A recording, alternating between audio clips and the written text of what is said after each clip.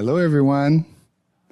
I don't think we're on Zoom, right? No. Are we on Zoom? Oh, we're on Zoom. Hello, everyone online as well.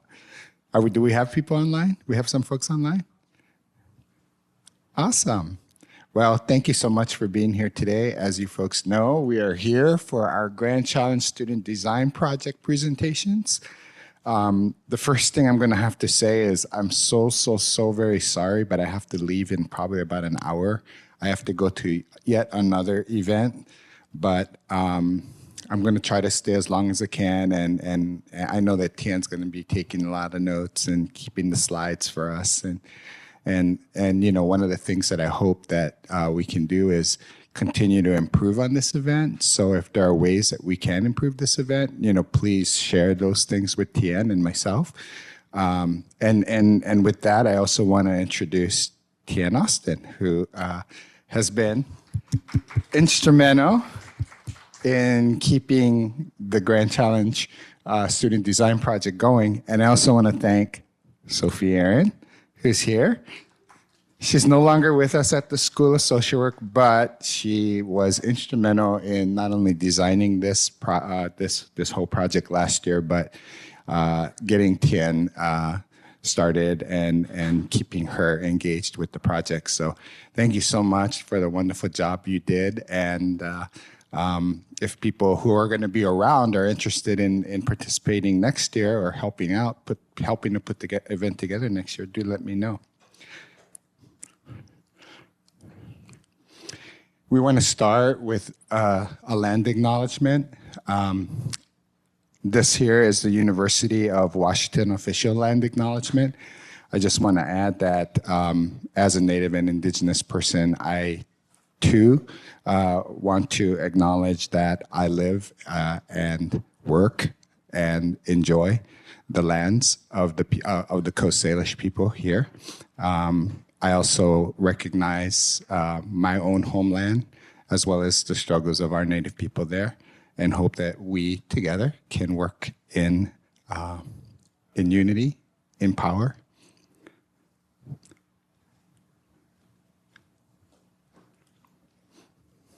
So I'm going to give you all just a really quick introduction to the Grand Challenges, because what we're here for is to hear from you. But I want you to hear a little bit more about the Grand Challenges, especially the history of the Grand Challenges, because one very important thing is that the Grand Challenges was actually conceived, the idea of the Grand Challenges were conceived on Bainbridge Island at a meeting that was hosted by our previous dean, Edwina Uehara, and several other large figures within the field of social work, and they decided that we really wanted to identify this set of wicked problems, these things that have been sort of plaguing social work for many years, name them, and then put forward initiatives that really try to address these issues. And as you folks know, there are currently 14 Grand Challenges that have been identified by this group. This list actually grew from its original 12 to 14. Oh, no, actually it grew from 11 all the way to 14. I was actually involved in 2 of these 14 Grand Challenges. Well, I was involved in several of them, but 2 in which I served as a co-leader. One was for the Close the Health Gap, which was around health disparities, and the other was the Eliminating Racism, which has its own history and story in and of itself. The Eliminating Racism Grand Challenge was not one of the original Grand Challenges. It was actually one that was created sort of soon after the murder of George Floyd. Prior to that, though, we had been pushing for there to be more accountability around systemic racism in the Grand Challenges, because most of the Grand Challenges, you know, don't specifically address racism, but in some ways it may have been built into the Grand Challenges in some way, but not in a highly visible way. And so there's a lot of folks primarily who wanted to have a Grand Challenge on racism and was encountering a lot of a lot of people who were not necessarily wanting to do that. And unfortunately, with the murder of George Floyd, a lot of thoughts changed in terms of racism and seeing the impact of it. So we created this Grand Challenge Student Design Project primarily for one reason, well, for a number of reasons, but the main reason was to engage students in the Grand Challenges, to, at the very least, inform you folks that these Grand Challenges do exist, one, and two, to let you know that there are networks of people out there who are also interested in these Grand Challenges. And you can access those networks, you can access the resources, you can access the papers, the reports that each of these Grand Challenges have done. The Grand Challenges are not owned by others. The Grand Challenges are owned by us. So by participating in this student design project, you in and of itself are impacting one of these Grand Challenges directly through your efforts, through the efforts that you had this year.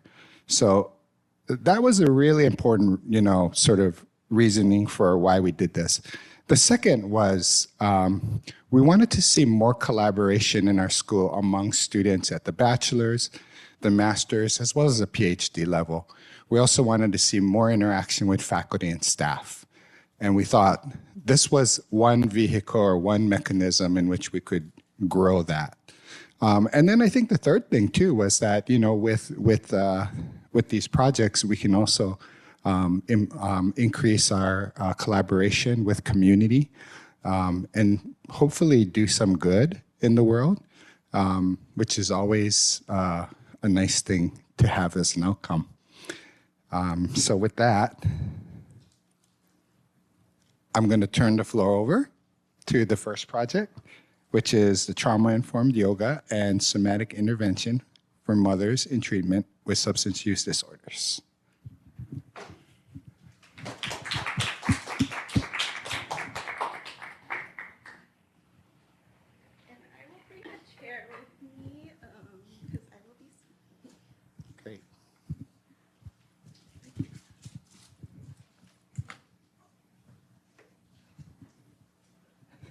Let's see.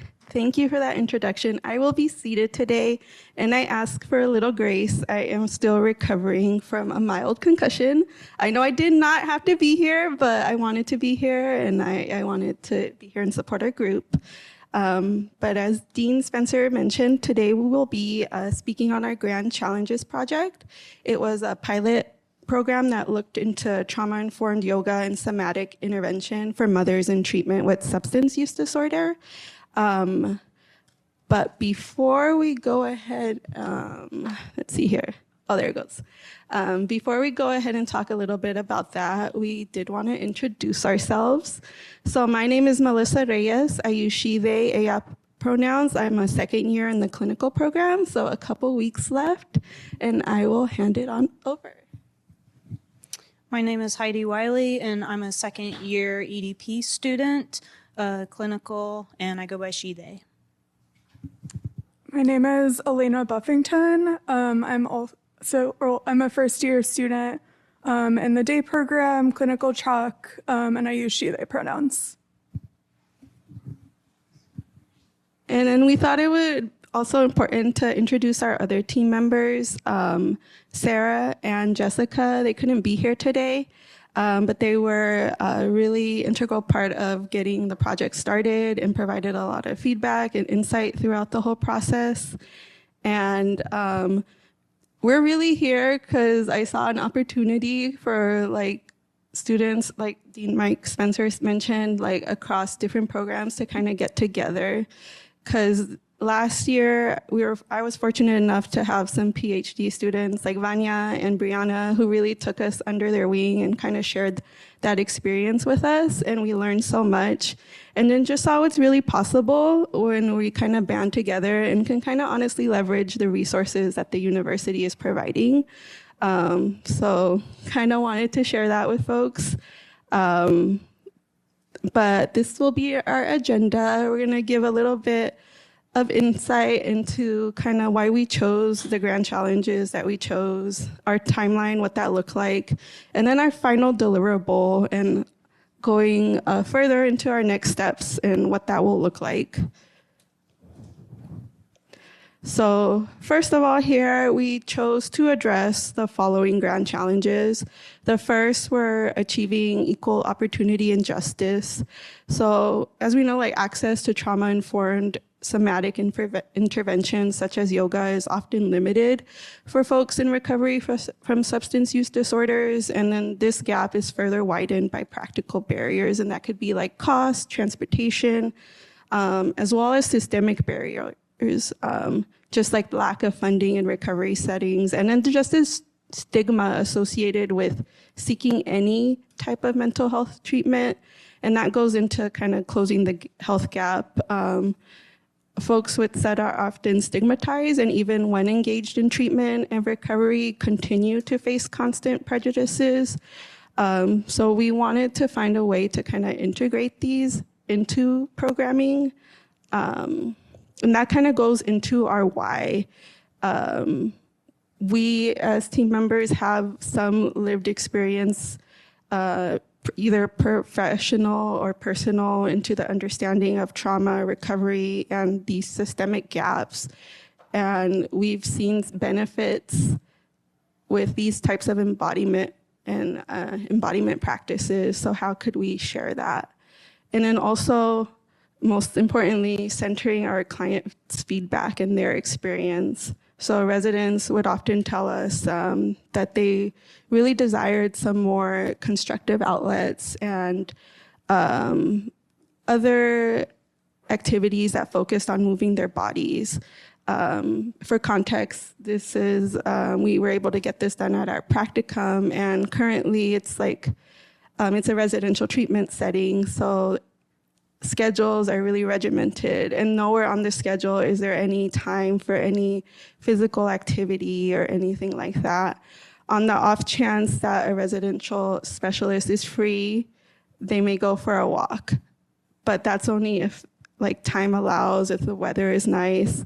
And this speaks to more issues too with like staffing, because oftentimes folks unfortunately can't, or that's what is said to us, that they can't. But we see the benefit in this. So part of this was not only showing what like the trauma-informed aspect could do, but also what to push very heavily for physical activity, to have options. So I will pass on to Elena, who will talk a little bit more about the research.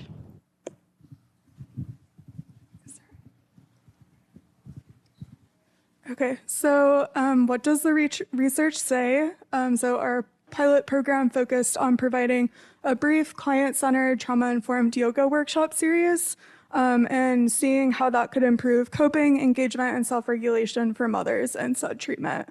So these were some of the key takeaways that we found when we were looking into the research about trauma, the benefits of trauma-informed yoga practices, particularly for people who are in recovery from substance use disorders. So the first key takeaway was that trauma-informed yoga can contribute to clients' improved mental health outcomes through teaching or learning positive coping strategies, nervous system regulations, like becoming more aware of bodily responses, especially as it's connected to trauma, and lead to more self-empowerment. We also found that there's been a benefit to integrating brief somatic and activity-based interventions at SUD treatment centers. There was one study that demonstrated that a structured running program for individuals experiencing homelessness and substance use disorder improved their coping, self-efficacy, and their social connectedness. And then the third takeaway that we saw in the literature was that there are some limitations in how conventional yoga practices are sometimes haphazardly put into place at recovery centers.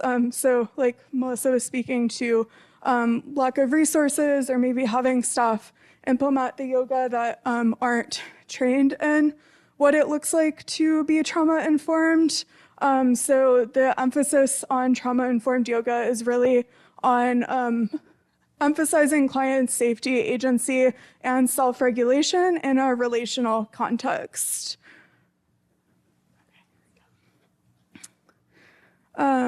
So what is trauma-informed yoga?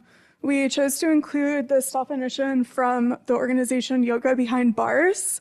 So it says, we define trauma-informed yoga as accessible embodiment practices that encourage participants to reclaim their agency through choice, inclusion, and nervous system regulation. Rather than merely addressing the emotional and physical symptoms of trauma, our classes focus on possibility and choice. Our instructors have sensitivity and awareness of trauma and understand its impact on the entire mind-body system. They fully integrate that knowledge into their teaching practices to move their students towards well-being and help them to actively resist re-traumatization.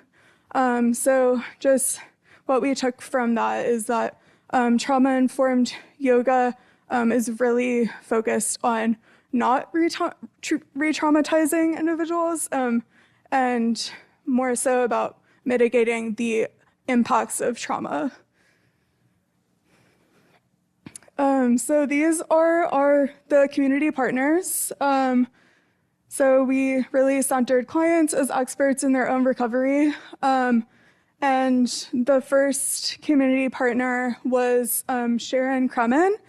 She is a licensed clinical social worker at that was brought into the PPW as a volunteer. And she was really generous in sharing her knowledge and her expertise to this project.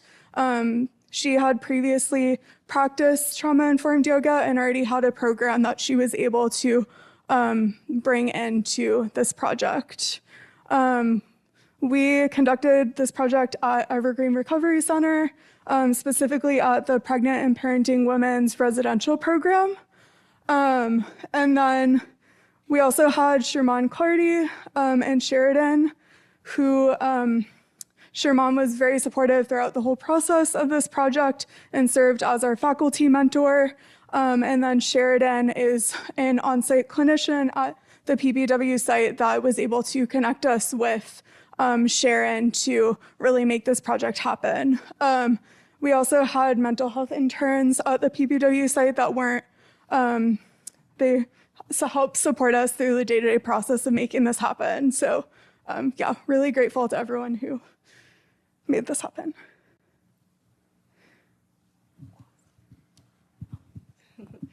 And then I'll go over a little bit for our timeline. So around February is when we started to connect more with like the ERC leadership and the yoga instructor to see if this is like even like possible. But even kind of before that, we gathered feedback from clients. So we started like floating around, like, what do you want to see? It's not like this came out of nowhere. Like Sheridan mentioned it, that she would love to get it in, and then just kind of floating the idea around. We heard from many of the clients that they would be ecstatic to see something like this there.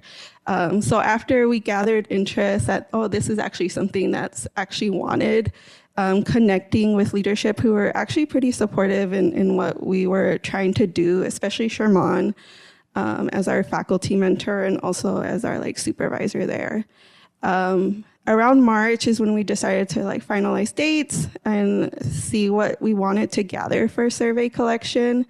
A lot of what we decided to gather, and we'll talk about it a little bit more, was centered towards like showing leadership that this is something that is beneficial and impactful. Because there is already a lot of research out there that shows what trauma-informed yoga can do in recovery spaces. But if we could show that it's impactful here, maybe that can kind of nudge them a little bit more.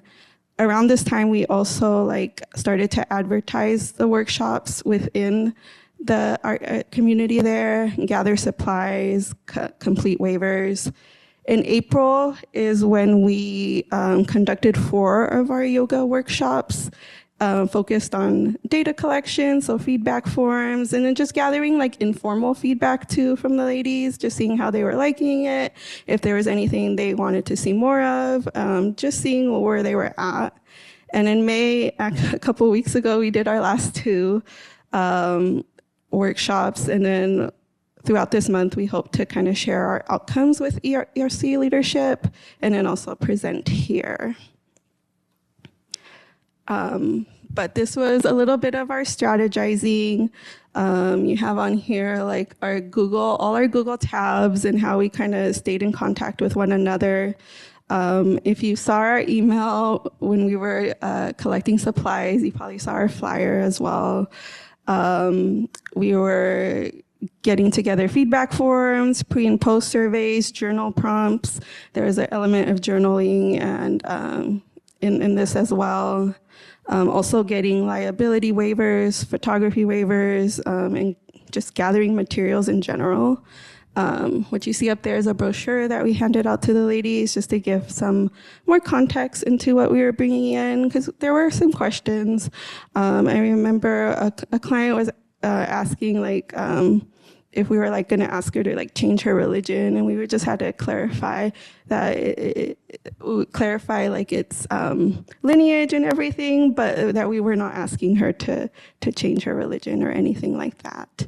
And another form on here we had was before anyone participated, just in case if there was anything that the instructor needed to be aware of, any injury, any like sore spot, anything like that.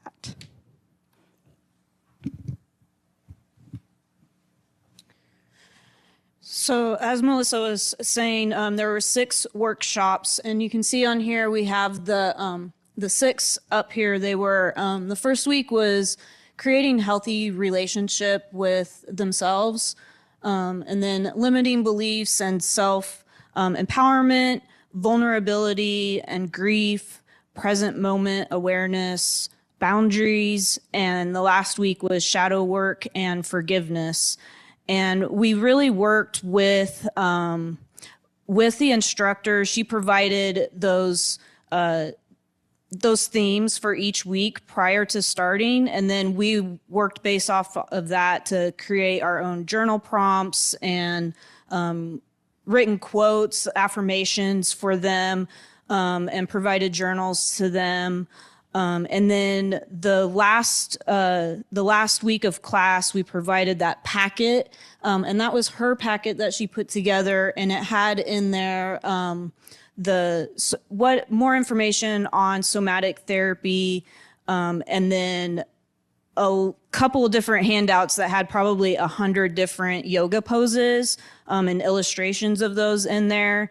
Another one was different breathing techniques. And then the last one was some yoga poses to do with their children, which is very beneficial for them also. So now we get to the data, because that's where the important part is, right? And shows what is there.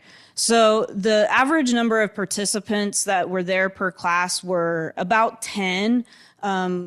I'd say like the number of residents that were there at the time ranged between 16 and 20 women at a time. So it was basically an average of 10 due to participants having other appointments, clinical, medical, working with DCYF, different things like that. So I think we mentioned earlier, we did a pre-survey and a post-survey. And so based on the average participants and looking at what we had on the surveys, we found 8 participants that really did the bulk of the 6 weeks. And so we used their surveys to determine the data from previous to the end. So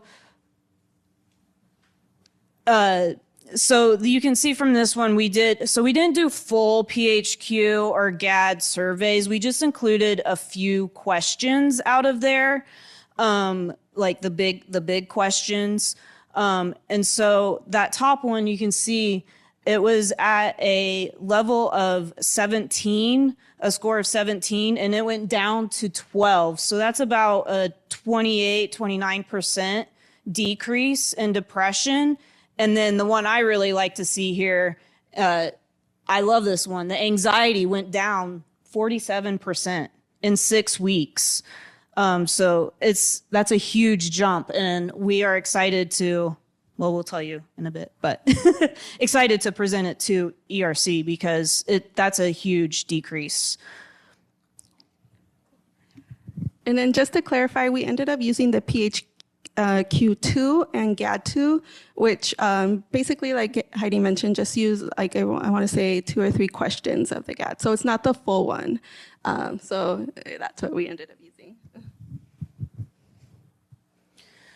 So in addition, we asked several different questions, and we developed these to get a better sense of the evidence-based results. And the goal was to get more information and identify ways to see how the yoga course went for that whole time.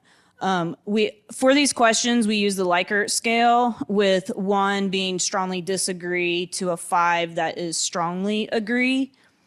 And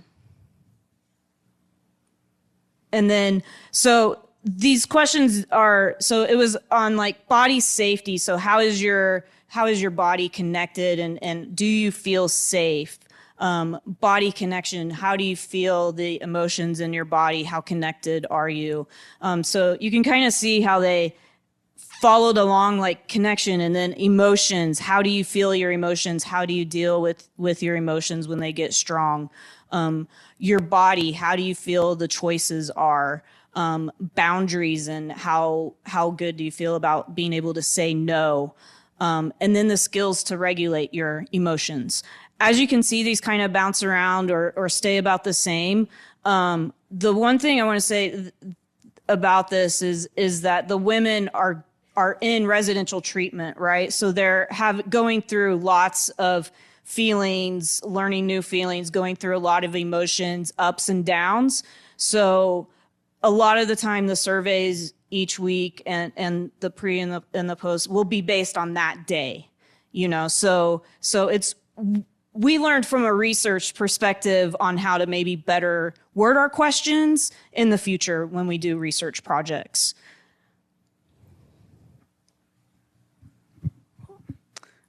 So these are some of the testimonials that we saw on the survey responses.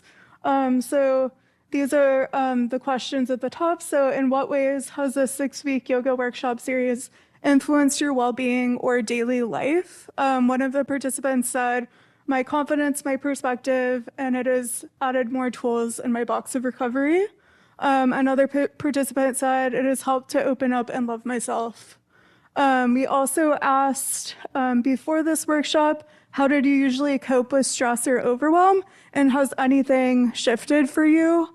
One participant said, I usually just push through using distractions to bring focus elsewhere. Now I'm able to feel. And then breathing, journaling, talking with a friend, I feel more confident in myself and stronger. And then the third question, which was, if you could speak to organizations thinking about providing classes like this for mothers in recovery, what would you want to tell them? And a participant said, this class has helped my journey of healing and helped me feel safe and vulnerable within myself. So yeah, reading these was really powerful and kind of spoke to different themes that we saw in the literature when we were doing research. So some of the considerations and key takeaways that we got from this project is that there could be an issue with gathering the type of the data, and the pre-existing relationships with the participants that we have could have influenced responses.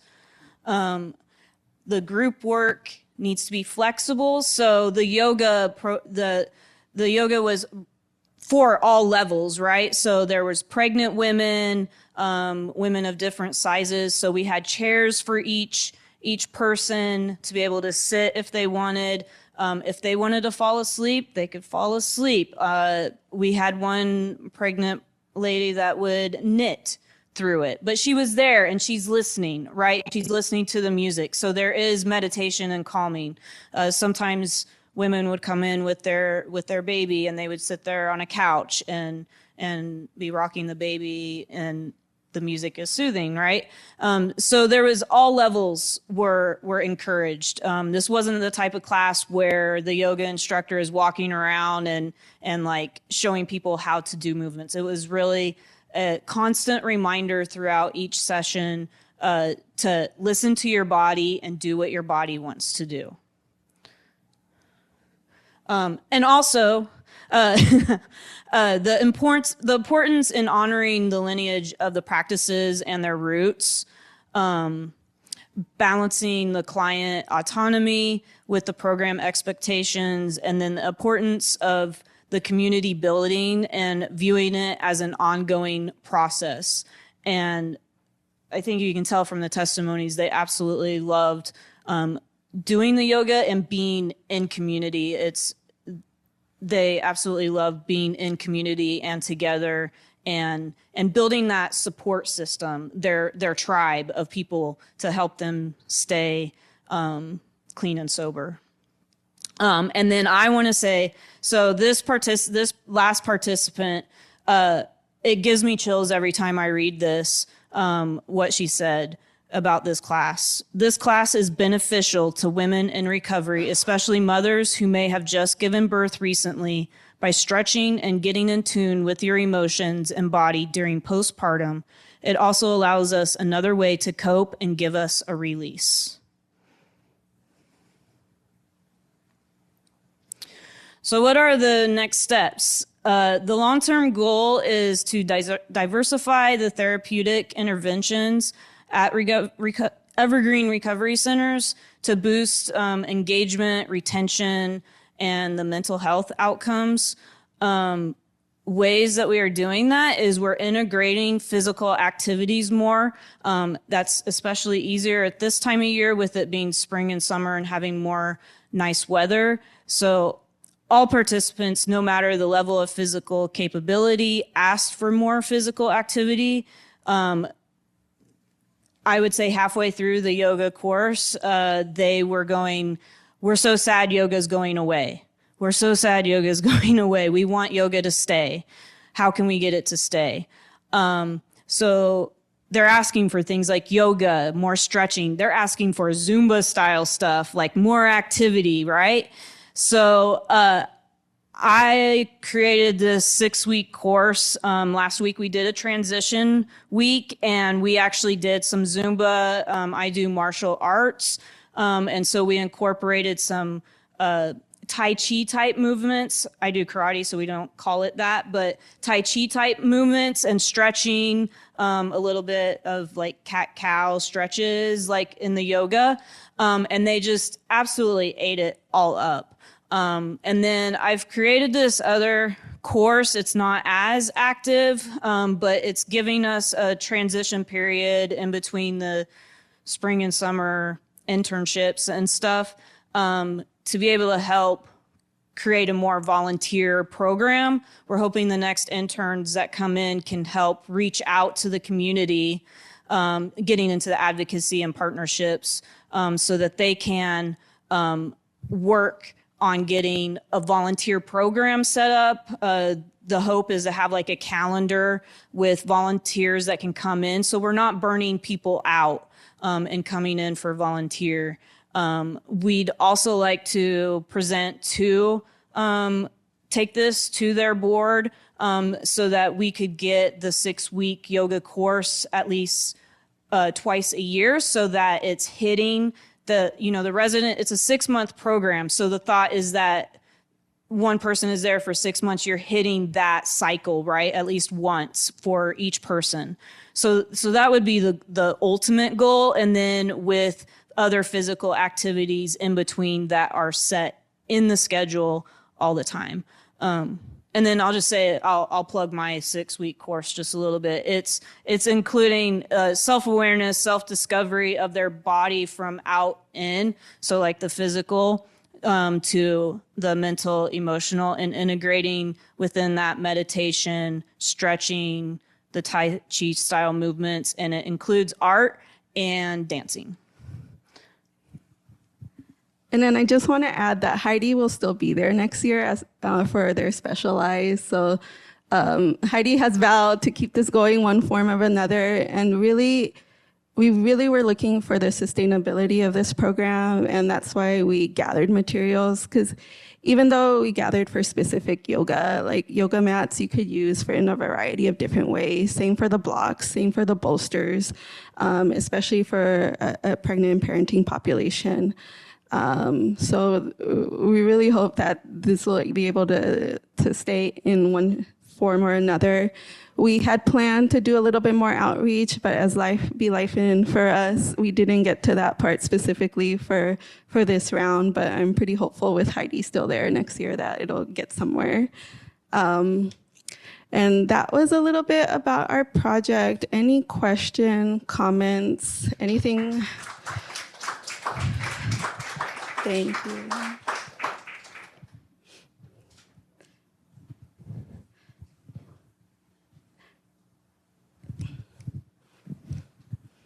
Hi, yes. That was an awesome presentation. I'm like super engaged. I was wondering, so as researchers, how involved were you in the process of either making or even participating? Were you getting to know some of the participants a little bit more? Kind of, I guess, what was your involvement as the process was happening? Like, were you more separated as observers or helping learn how to teach yoga, trauma-informed yoga classes?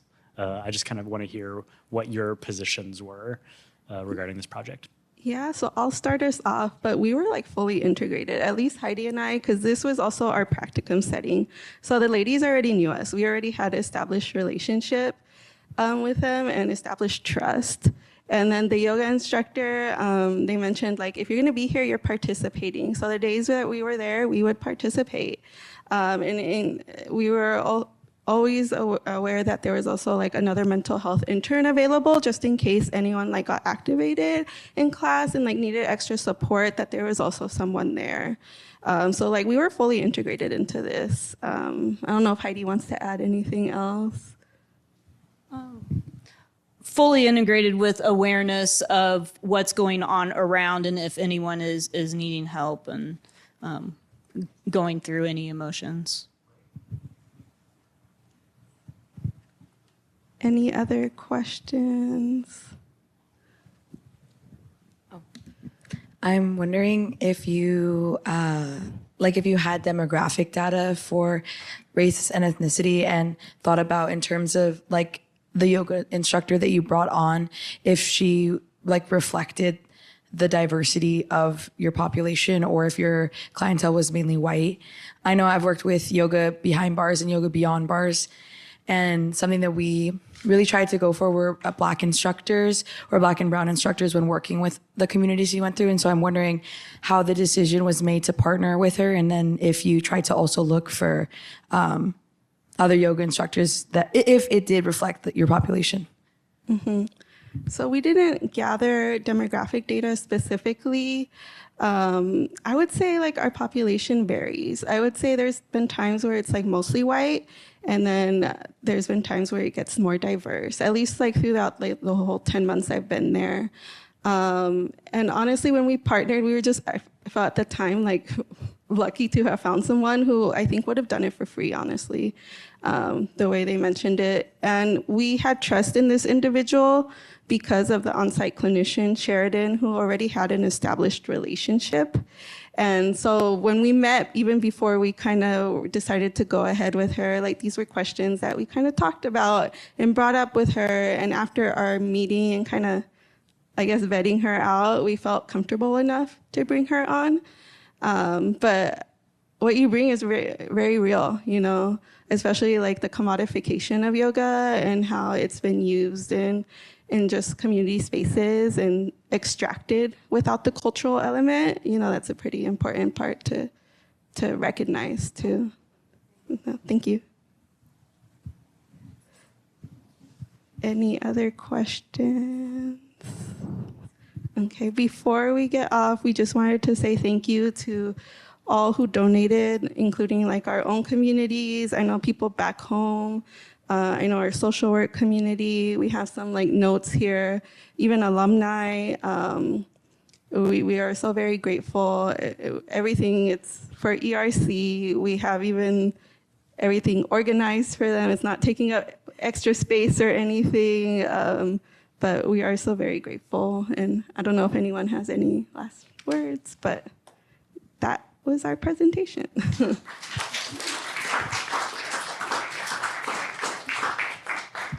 Thank you so much. So next we're going to have Rolling with Hope.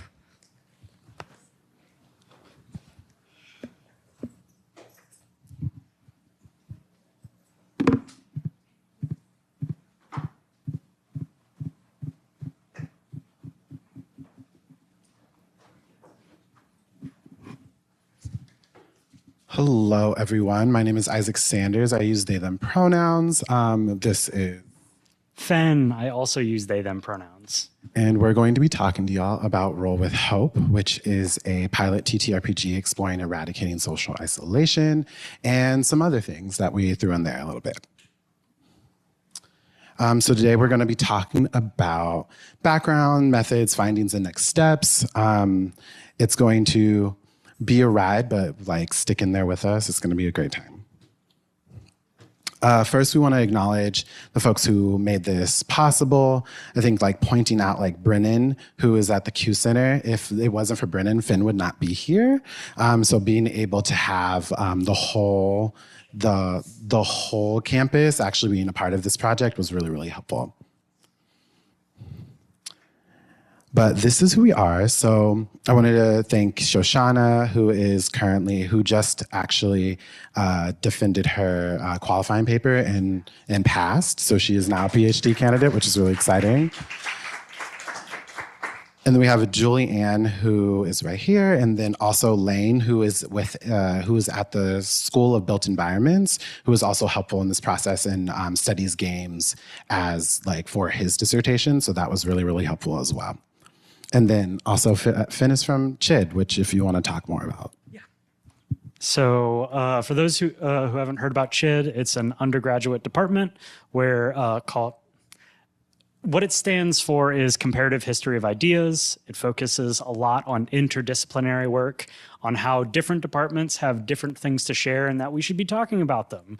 I'm very, very excited to be able to work with the School of Social Work. Y'all have been so welcoming, as well as for Lane to bring their own expertise. Thank you. So first, we're going to get into a little bit of background about like social isolation and then what TTRPGs are. For like social isolation, I think is really important to say that it's a silent killer, and it's the silent killer of the grand challenges. For the definition of social isolation is the objective lack of meaningful contact, sustained interaction, and supportive relationships with other people or community networks.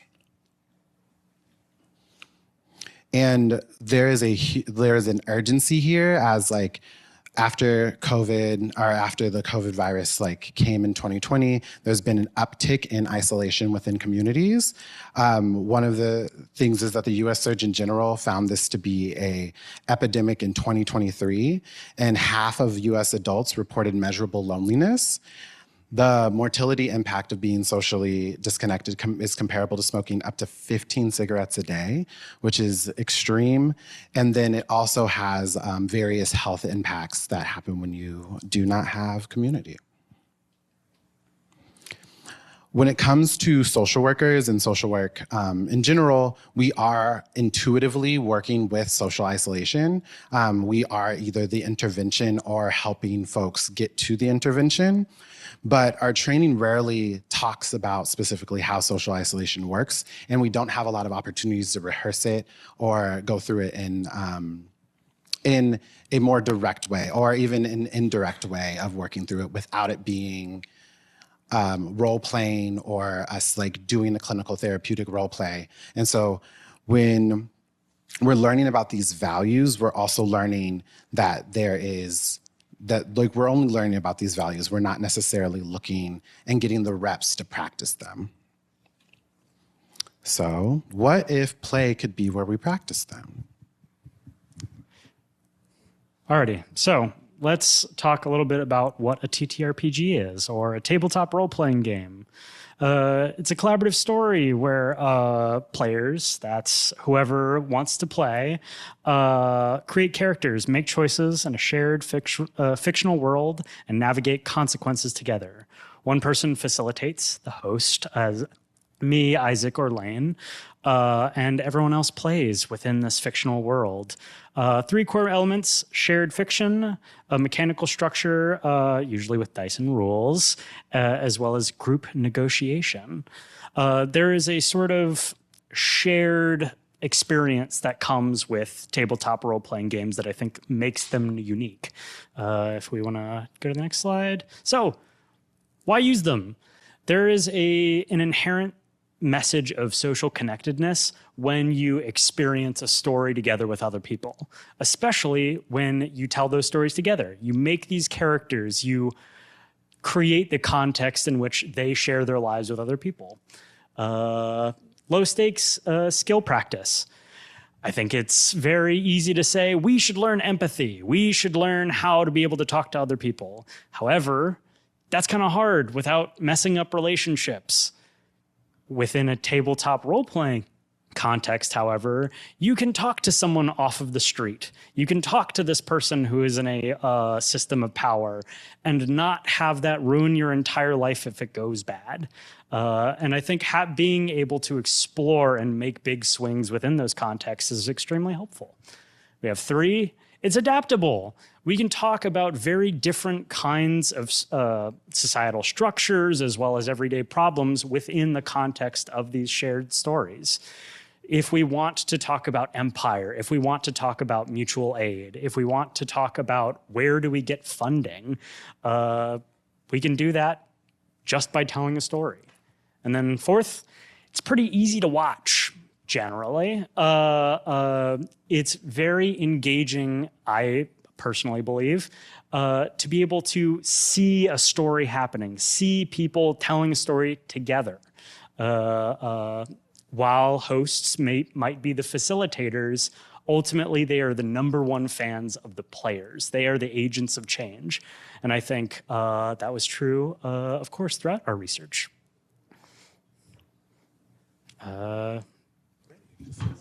And so we're going to talk about the methods that we chose to play these games and build worlds with people. So first, we had 3 session scenarios that were built for each campaign that we were doing. The mechanics were based in TTRPGs, but TTRPGs is a very wide berth of a word. And so we were specifically doing dice rolls and basing it off of Daggerheart, which is a well-known source material. And it was also something that is free to use again, so we couldn't get in trouble for using it. We did pre and post surveys that were measuring 3 metrics, which were social connectedness and isolation, decision-making styles, and then the National Association of Social Work's Code of Ethics and Values. So we threw some school stuff in there without people knowing, which was very fun. And then the way to make it a game, because a game is not a game if there is not a structure to it, we created situation cards that were specifically connected to values that aligned with social work. And there was no right answer, although we could very easily suspect which answers were going to be given because of the nature of who works and is here at the school. So Hearthlight is the I don't know how to describe what I did to make this, but it was a ride. But it is the world that this game took place in. We had 3 sessions, and each session has their own themes and needs in it. The knock at midnight was the beginning of the story where people created their characters beforehand, but then had a scenario start the game. And then splitting the pot was, as the game started picking up, it became a little bit harder. The ethics became difficult. It was there was decisions and parts of the story that were a little bit tougher to like navigate, but folks got through it. And then we got to the reckoning, which was the very end, where everything escalates, the climax comes, and then the end of the game happens, which I will acknowledge was not as exciting as I think it could be, but we only had 3 sessions. So hopefully there might be an opportunity to do more. We also navigated safety mechanics, which are really important within TTRPGs. So there's this thing called lines and veils, where you start by asking folks, like, what is the lines that you were not willing for us to cross? And then what are the things that we can touch or get to, but like, this is a topic that we can't deal with.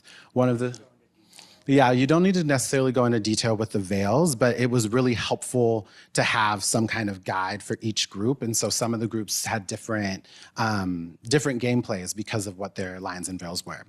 We also had an opening ritual and a closing ritual that was specifically checking in how people are doing as folks, and then also how are their players doing? What were their players doing while we were not playing? And so giving people the connection that I think was needed for the social isolation part. And then we had mental health support available at all times, just in case if anything got too dicey, then people were able to access that. Thank you. So in total, we had 4 groups, 2 student groups, 1 in person and 1 virtual, as well as a staff group that was all virtual, and a faculty and doctoral student group, which is in person. This was co-facilitated by the research team. Me and Isaac were often the ones who hosted, as well as our very good research cohort, Lane, who was extremely helpful in that facilitation. We had trained observers like Julianne and Shosh, who were absolutely monumental in making sure that we captured every little detail, and we were able to take structured notes on each session. So, Isaac, one more thing before we go to the findings. I wanted to shout out Isaac for making a really awesome setting that I think grounded a lot of these stories in a very powerful way. Completely self-made setting. First time I read it, I instantly was hooked. So just wanted to shout that out. Yes, that was a project and thing. Oh, thank you. It was, I want to also say that like me and Julianne and Shoshana talked about this our first year of our PhD program. We had mentioned that it's like, wouldn't it be really fun if we eventually got to do a study about TTRPGs, because we were all into them. And so this is a dream come true for all of us in that process as well. So this was a long time coming. Cool, let's talk about the themes and the different ethics that we navigated throughout the game. So one of the things that we tracked was we created a code book. The code book had different sections that were specifically looking at the social isolation and connectedness, looking at ethics and values and decision choices. This graph is looking at the way that the decisions were made throughout the game. And so the main thing that folks were focused on was like dignity and worth, and then like human relationships also including the character relationships within the game. So folks were really locked into community while the game started. There was also a lot of collaborative decision-making before there was any like single independent actions. And that was really important as we were talking about like, well, like what does connectedness mean? How would we know that people were connected? If folks were deliberating I think one of the groups deliberated for 30 minutes on a choice one time. Like if they're deliberating for that long, that means that they're locked in, they're connected to each other, and they're having a good time. And players always defaulted to centering other people's voices which is really interesting, non-playable characters' voices as well. They were really curious about like, well, why is this happening? Why are you in this situation? What brought you to where you're coming? And so how do you want us to help you was another really big question. So those kind of themes were really present. Going into the specific groups, one of the things we noticed about the student groups was that they moved real fast. If there was a decision to be made, they had an initial reaction to the decision and then was like, wait, maybe we should circle back and talk about this a little bit more. But there was always a innate reaction, and it was really rooted in social justice. The staff group were our deliberators. They would sit and talk about the problem and really think about like, who's going to be harmed? What are the real life consequences of the situation for the character? And then like, how do we make sure that we're making the most effective choice that's going to make us play a really good game, but also make sure the like ecosystem of the world is still intact? And then faculty, it was so interesting. The first game we saw, like played with, there was the mention of motivational interviewing. So there's this kind of like ethics, more clinical sitting in it. And it was probably the most holistic. And like one of the main characters at the beginning of the game, a lot of the other groups were like, this is just like a entry point into the game, where the faculty group was like, how do we also take care of this person? So a little bit more holistic than the rest of the groups. So what if I tried not fighting things? That was a very interesting part of this study, as that a lot of things didn't involve combat, which unfortunately, Daggerheart is extremely involved in combat. Most of the sort of structure of the game is around fighting things.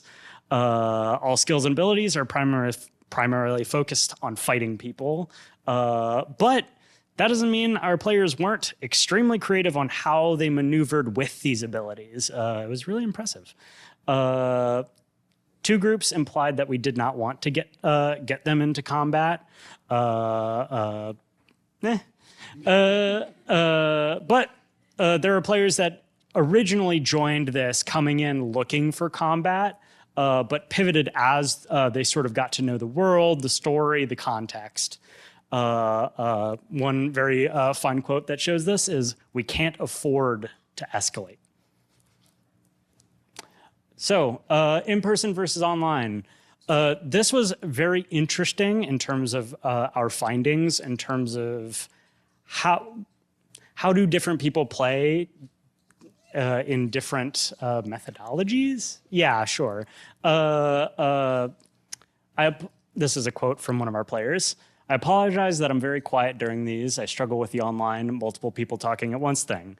I'm sure that many of us can probably relate to that, as we are on Zoom and who's going to talk first? Who's going to do this?" Which can kind of get in the way of some of that more natural banter that sometimes comes up while we're playing games.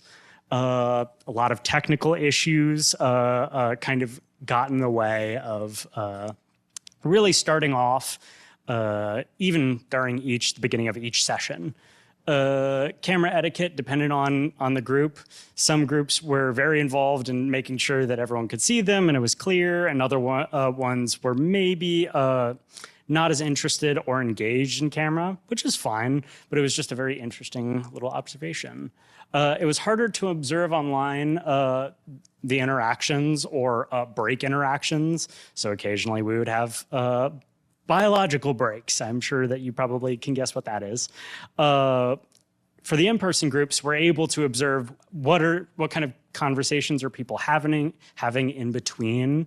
However, when we are using online, everyone turns off their cameras as well as their mics, so we don't know if there's any banter that could be had. Yeah. So I think this is me. Okay, great. We're going to talk about the ending sequence. A world built on love. Essentially, our basic premise at the end of this entire thing is reimagining the world of this setting. What would it look like if a system was built on love? And that was one of the main questions that we asked at the end of this to each of our players. Here are some of the lovely quotes. "It wouldn't be conditional. Caring for another person would be seen as important as caring for yourself. It would be more proactive than responsive, less transactional. I very much grew up with a village. Mutual aid. I think the mutual aid is good. If it were a community built on love, there wouldn't be the lack of trust. They wouldn't view people suspiciously." There was this very engaged attitude that people had that I think was absolutely informed by their play. They saw sort of what worked and what didn't as they got to know their own context within this world, and sort of engaged with the idea of what if we did have systems that helped us? What if we did have these sort of like non-central systems that rely on institutions to tell us how to take care of each other? It was really awesome. We also had some very interesting findings that we weren't like necessarily looking for. My favorite is personally the fact that everybody had an animal companion. Like animals were kind of the drive of the stories in some scenarios. I think at one point we like canonically made a talking beaver, which was really helpful in getting folks to a certain location. But that was something that we did on the fly, and then everybody was like, I really liked that beaver. And they wanted to know what was happening to the beaver. They wanted to know where the beaver went when they were not there. It was a very important part of the game. We also asked them at the very beginning, like, to ask them for a community mug that was going to be placed at the circle, which is where they worked. And everybody went into like extreme detail of what that looked like. And it was very beautiful to kind of see how the character and the person came together while they were talking about their mugs. And then everybody so far has been really sneaky. Rather than going on facing combat head on, folks have decided to go the sneakier routes. So there was, once again, less combat, but also it felt like there's something there about social work and being a covert operative within spaces and trying to navigate those, which I thought was really interesting. And then not a lot of folks asked for help. They saw themselves as the most helpful entity in the game. And so they never asked if there was somebody else who they could go to. Is there somebody higher up who they could address it? But one group did do that, and it was very fun to be like, yes, there is. What are you going to do? And they were like, we're going to go talk to them. But it's like, yeah, that makes sense. Why would there only be one group that's doing mutual aid in a large community? So those kinds of things where I think thinking about social work and us being the helpers, like us not feeling necessarily like we're the ones who can also ask for help or work in a group. And so this is kind of where we're going with Hearthlight in Hearthlight in this TTRPG journey. We realized very quickly that because Daggerheart is so combat heavy, we wanted to try a game that was less combat heavy and where the personal interactions were a lot more central to the way the game was playing. So we're going to try and refine the game and try a different method of how to play it. And then we're going to test that next iteration. There was, I think, 36 people who signed up to be a part of this study. And we had to wrangle it down to 4 groups of 4 to 5. And so being that there's so much interest, we're hoping that maybe we can try this again later. So that's on our list. And then also thinking about what does this look like in a classroom? How do you do one-shots, which are just like one games rather than multiple campaign? How do we try that out? And what would that do if we were focused on one ethic while we were doing that? And then thinking about that from a curriculum based on like tabletop role-playing games and social work. Because if there is a connection between the two, or if there's a way to play games to get social workers to learn their values and different like practices, that feels like something that would be really helpful. Something that we also discussed that isn't up on the slide is doing a more, maybe involving some other departments in terms of integrating our understanding of how is the School of Social Work interacting and working with other departments. What are some of the ways that people understand care in a very different way? So I think that kind of thing is on the horizon. Thank you.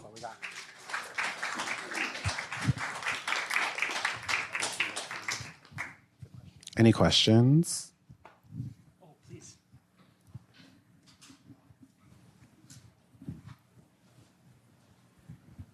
Thank you. I have a lot of questions. I will ask 2. I really appreciate. So what I heard initially was an interest in seeing if tabletop board games could mitigate social isolation and address loneliness. Before I go on, is that correct? Yes. So then, question one, is social isolation and loneliness, are those the same thing or are they distinct? And to what extent, because it seems like tabletop board game could do a lot of other things in addition to disrupt social isolation and or loneliness. It seems like there's a lot that could really do. But so question one, how did, and maybe I missed this, forgive me if you've addressed this, but to what extent did tabletop board game disrupt social isolation and or loneliness? And then kind of relatedly, if the medium is the message and if the tabletop board game happened on Zoom, what is your confidence that people won't stay isolated by staying on Zoom? Yes, thank That you. makes sense That is really helpful. Yes. One of the things that we didn't put in the slides, but was a part of this, was the Likert scale that we used that was specifically looking at loneliness and loneliness factors. So in all of the questions, there was I want to remember it was like a 0.9% increase of like folks feeling of loneliness with like loneliness in general. So it was a series of like 5 questions, but in total we had a pre and post survey that had 15, and that shift was not statistically relevant because there's not a large group of people who took this pre and post survey, but we want to keep playing to see if that actually has an impact long term. And I think to your question about like loneliness and social isolation, I think that those two things can be paired together, but loneliness is more of a feeling, like that's more of a feeling, where social isolation is like a physical removal. But I think one of the things about online, with us having Zoom and online cultures, there's different ways to connect with people. And I think that's the reason why we wanted to try the online setting as well, to see if that was something that could make a difference there as well.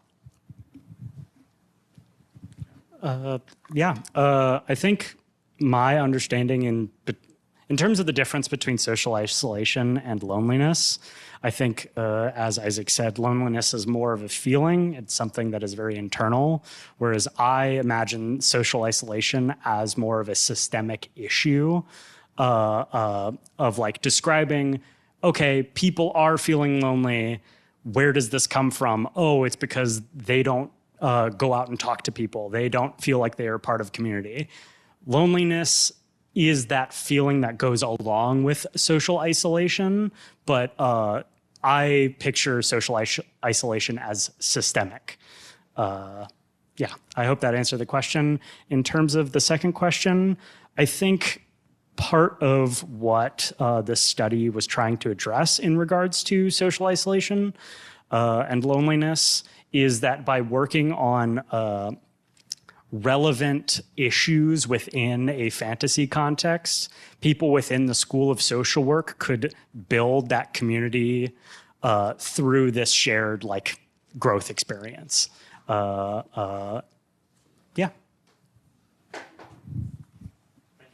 Thank you. Yes, thank you for the question.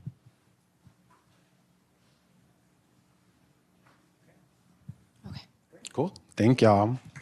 Thank you. Next up, we have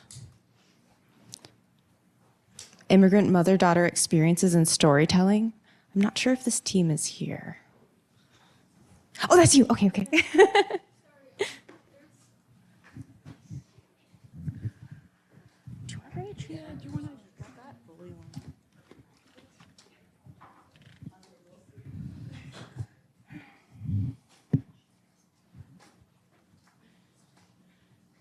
Stay within the blue box if you want to be on the screen. Yeah. I'm in the blue box.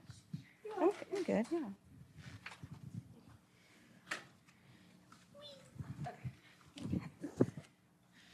You got it? Yeah. Okay. I'm good. Okay. Hi, everyone. First, quick shout out. My son is on Zoom, so hi, Bruce. The title at the top of the slide says Grand Challenge, and it says our names. Since your name's at the top. Hello, my name is Adelheid. Hi, my name is Sarah Miller. I use she, her, and they, them pronouns. And right in the middle is me, Jessie Mock, she, her pronouns. And below our names on the slide is the phrase access is justice, which is set on top of a grayscale image of Themis, who is the Greek goddess of justice. She is blindfolded, holding a scale in one hand and holding a sword in the other. So the three of us wanted to focus our project around accommodations, disability justice, ableism, and disability history within the School of Social Work. We wanted to measure a few things. The DRS experience, the student experience for those who are disabled and those who do not identify as disabled, and kind of present it to everyone at the School of Social Work to show where there is room for improvement. And it should be noted that until our project, there has not really been any systematic data on the DRS experience or the disabled student experience here at the School of Social Work. So we feel like this is pretty important stuff to start documenting. On this next slide, at the top, the title says Components of Our Project. And there's 4 circles. And in the first circle, it's number 1. And it says, we designed, coded, and implemented a survey. I have a lot of experience in my practicum, coding and reviewing survey data. That's kind of all I do for the past year. So with those skills and the software that I had free access to, I made the survey and we sent it out to the student body. We received 42 responses over a 2-week period in late May. And we anonymized the data as much as possible to make sure that respondents felt like they could share their full experience with the school and with us. Under the second circle, the number 2, it says we conducted a follow-up focus group.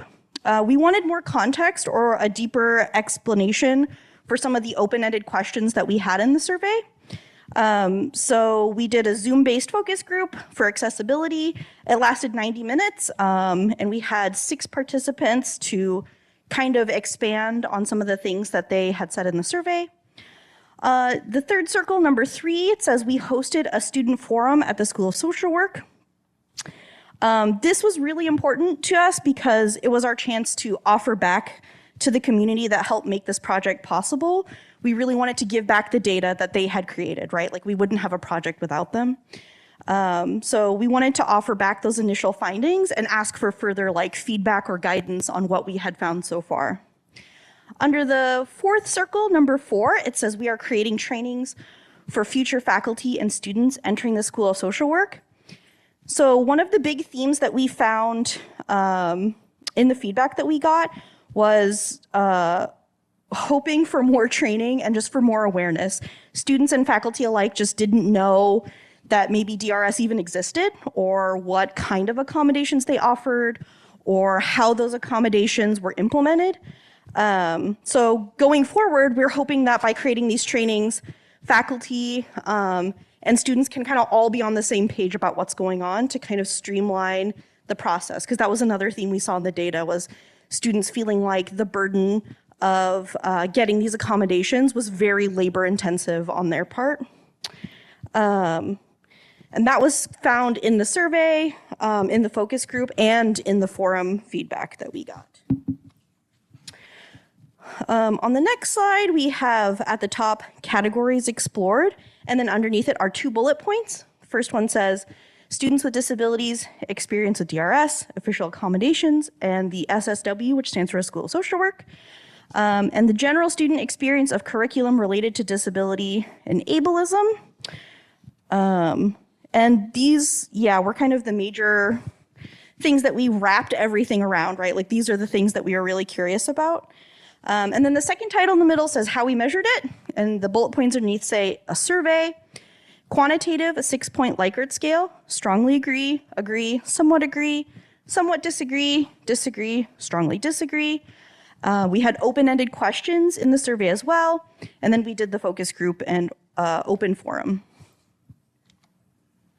So the initial findings, which is what the title is at the top, there is a pie chart on the screen, and the title for the pie chart is Have You Used Academic Accommodations Through DRS? The first segment of the pie chart is Prefer Not to Say 1, which is orange. Yes, 12, that's the blue segment, and no, 13, that's the purple segment. So initially I was very surprised because there's a lot of students who are not getting accommodations. So about half the student body, I mean, just from the data that we collected, don't have any kind of, official disclosure to anybody, right? They're not getting any kind of official help through the school. So we were kind of curious about why that might be. So one of the first things we asked was, do you have an official diagnosis, which is the name of this bar chart that's now on the screen? For yes, it's 19, and for no, it's 6. So it seemed like getting an official diagnosis was not the largest barrier for most students. So again, with the survey, we wanted to kind of explore and poke at other reasons they might not get accommodations. And generally, we found that people didn't know how to do the process at all. They didn't know DRS existed, or they didn't know what kind of accommodations were available. So they didn't know if it was worth it to get the documentation together and kind of go through the process, especially if they didn't even know what the process was. So then we wanted to ask, this is the DRS experience, right? The School of Social Work can't really control this. But then we wanted to think about, outside of DRS, is School of Social Work supporting students as best they can within the scope of power that they have? So at the top of this slide, it says student experience. And these bullet points are questions directly from the survey, followed by the Likert score that was averaged out. So the first bullet point says, I feel that accessibility is treated as a core value in this program, which is a 3.7. I feel comfortable communicating access needs to faculty or administration, 3.3. I believe disabled students' perspectives are respected within the program, 3.3. And program policies and expectations allow for accommodations when students experience disability-related barriers, 3.2. And there's a Likert scale at the bottom with 1 strongly agree, 2 agree, 3 somewhat agree, 4 somewhat disagree, 5 disagree, and 6 strongly disagree. So you can kind of see already that there is some troubling data that shows that students generally somewhat disagree to all of these questions. Especially the I feel accessibility is treated as a core value in this program. And certainly my experience as a disabled student in the program, I have had trouble getting my accommodations honored or just going through the paperwork to even get it started.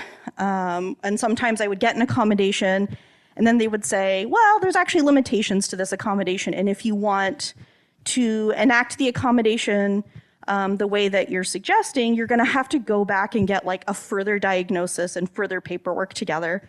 But I'm like, this is week 8 of the quarter. It's not going to, I'm graduating. I'm going to be out of here. So again, it's kind of a difficult experience. And also, again, kind of interacting with faculty, it was really hard to get on the same page about what accommodations were and how they needed to be fulfilled to be helpful to me as a student. The next slide says, thematic areas of growth and improvement for the School of Social Work in DRS. The bullet points underneath, instructor rigidity and refusal of accommodations. Again, my personal experience is not unique.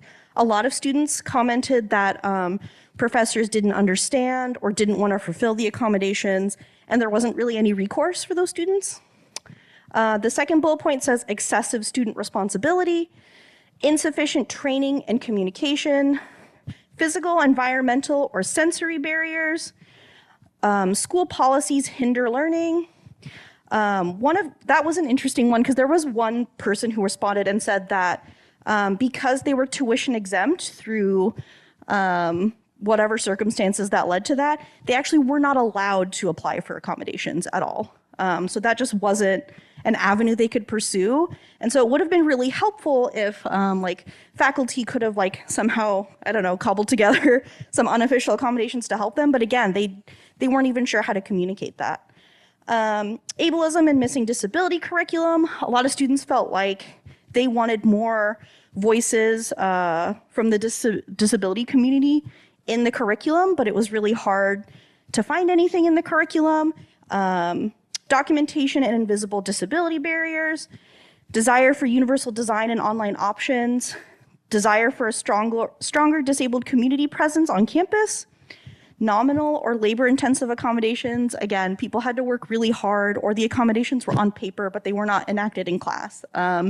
One student mentioned that they asked the professor to speak clearly and not cover their mouth, which I guess was just a habit that professor had. And they agreed, but then every class they inevitably like covered their mouth as a habit. And so it was really hard for the student to keep asking, and eventually they just stopped asking because it didn't seem to be working.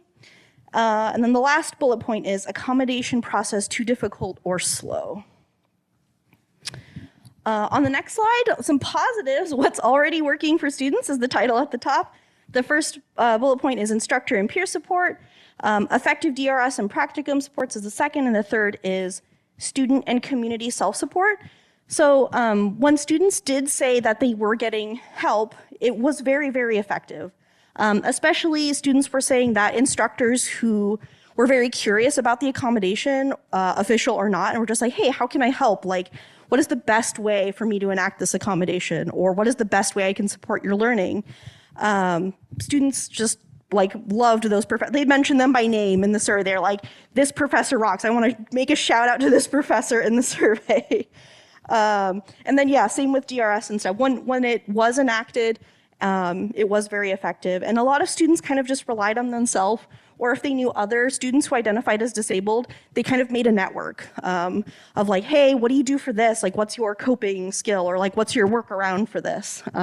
So they leaned on each other, which I think is great. And again, students were asking for a stronger, like disability-centered community support in one way or another. And then this slide has some quotes from the survey. The title at the top says, is there anything else you want the school to understand about accessibility, accommodations, disability justice, or your student experience? N equals 18, that's the number of respondents for this particular question. The first bullet point says, some of us are also looking to find community but struggle. Not knowing many people, struggling with the Seattle freeze and cliques, we need a more inclusive and welcoming community on campus. This is critical, and if the school focused on this as much as it does with race, which is equally critical, students with disabilities would be much better off. Disability justice is just as important as any other type of social justice paradigm. I am hoping to complete the graduate certificate in disability studies for second year. There's only one disability-related course in the MSW curriculum. It didn't seem fair to me when professors shared that if absent, I would have to do extra work to make up the lost points, even when I went out of my way to get the disability-related absence form. This was my experience in 90% of my classes. The next slide. So the next steps for our team, what are we doing with all this data? First, we want to create the faculty training, which is the first bullet point on the slide. And so part of that training is training about DRS and accommodations, educating them on the student experience, so the data we've already presented to you guys so far. Student recommendations, there were tons of ideas on how to make the classrooms more accessible. Universal design, there is a Teaching 101 online, I think, here at the Teaching Center. I've taken it this quarter, I've written notes, and it will be in the final report that I will submit, so that's a easy access support there. And then, yeah, just additional resources that are around campus. For the student training, we wanted to, again, educate on DRS and accommodations, what that process is like, what kind of accommodations are available, normalize the experience. If you're struggling, we want to show that, like, you know, this isn't unique to you, there's others, there's people you can lean on. Campus resources and community. There are a couple disability clubs as well as other supports. And then, yeah, supports at the bottom is kind of a more general, like, who can you talk to at the School of Social Work? You know, you're probably not going to go directly to the dean, right? There's other people you want to talk to first who might know a little bit more. But if you don't know who that is, you might really struggle to even start that conversation. The next slide says recommendations to the School of Social Work. So based on all the data that we have, the first bullet point says incorporate universal design principles. As you can kind of tell, I've been reading out all the slides. This was something that a student who struggled, who's blind, like they asked their instructor to read out every slide. So that way they don't have to miss anything that all the other students are. So kind of simple things like that I think are really easy and accessible, and the school could incorporate right away. It's not a big ask. One of the bigger asks was that students wanted all of the elevators to go to all of the floors, because there's only one elevator, I think, that goes to all the floors. But we understand that financially that's kind of a big ask. But reading out the slides to the whole class, like that's a pretty easy start. Use tools available in the classroom. Students are asking that professors and students use the mic so they can hear easily. And it's nice when it's just universally baked into every class, because then the student doesn't have to make a big deal of it, right? Students can feel intimidated talking to faculty or their classmates of like, hey, can you do this? And really trying to enforce it, because they were saying that, I can't hear people's voices, and people are like, oh, I don't really want to use the mic. And they're like, but I really want to hear what you have to say. Like, please use the mic. Like, please, try to understand that I value this learning and what you have to say. More cross-department partnership. If there could be more communication with DRS or other departments. Like, there is a disability studies department, so that might be a great place to also reach out to. And then more online options. A lot of students were asking like, hey, if I'm absent because I'm not well and I can't make it to campus, can there be some option where I can zoom in just to hear the class? Thank you, everyone. Thank you, my team. Thank you, Emiko, for advising the project. Thank you so many other people who helped advise this project, including Clara Barrage. Thank you so much. Any questions, thoughts?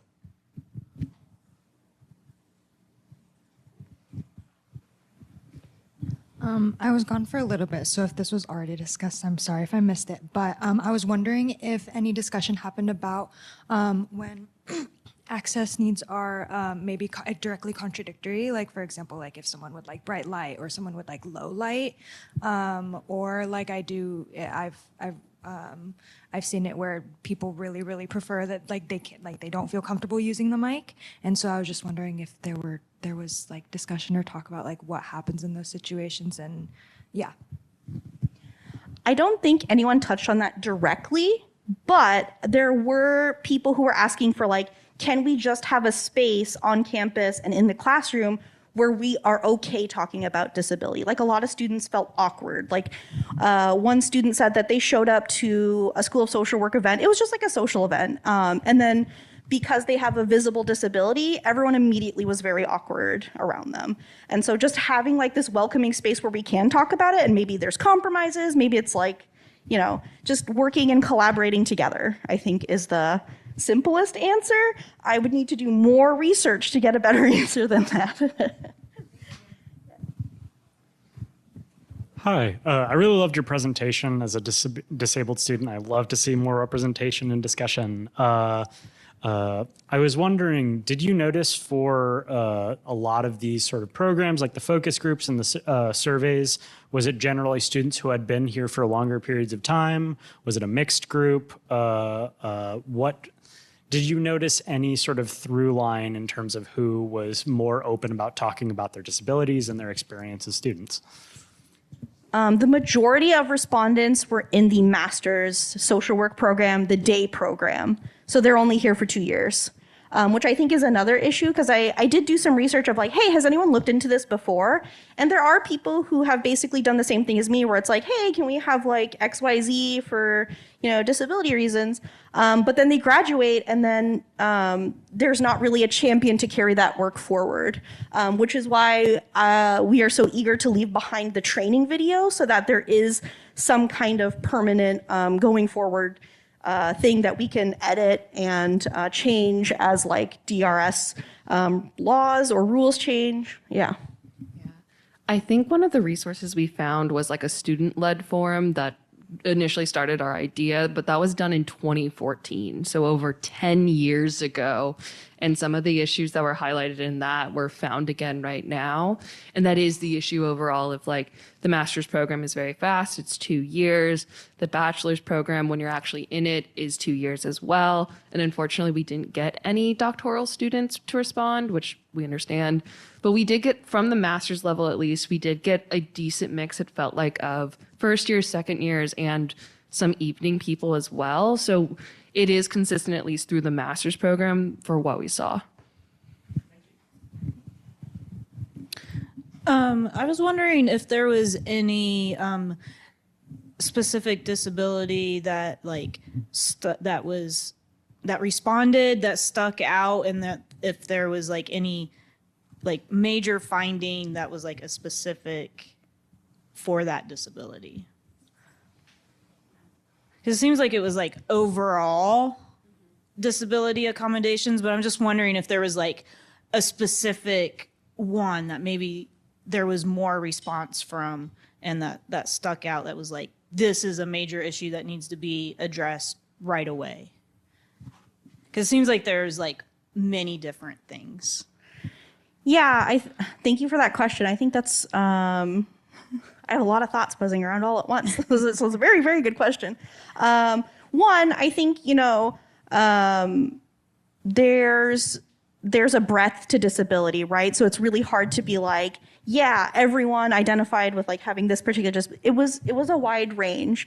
One thing I will say, there was a common theme, people saying who they were neurodivergent. And so they identified as disabled, which that can be a whole conversation unto itself. I identify as neurodivergent and I consider it disabling in many ways for me personally, but other people get to make their own choice. That was a big one of like, hey, I just want clear communication. Like, I don't know what's going on in my class, and like I approach my professor like, hey, I just really need like concrete XYZ steps or something, or can you upload things much earlier?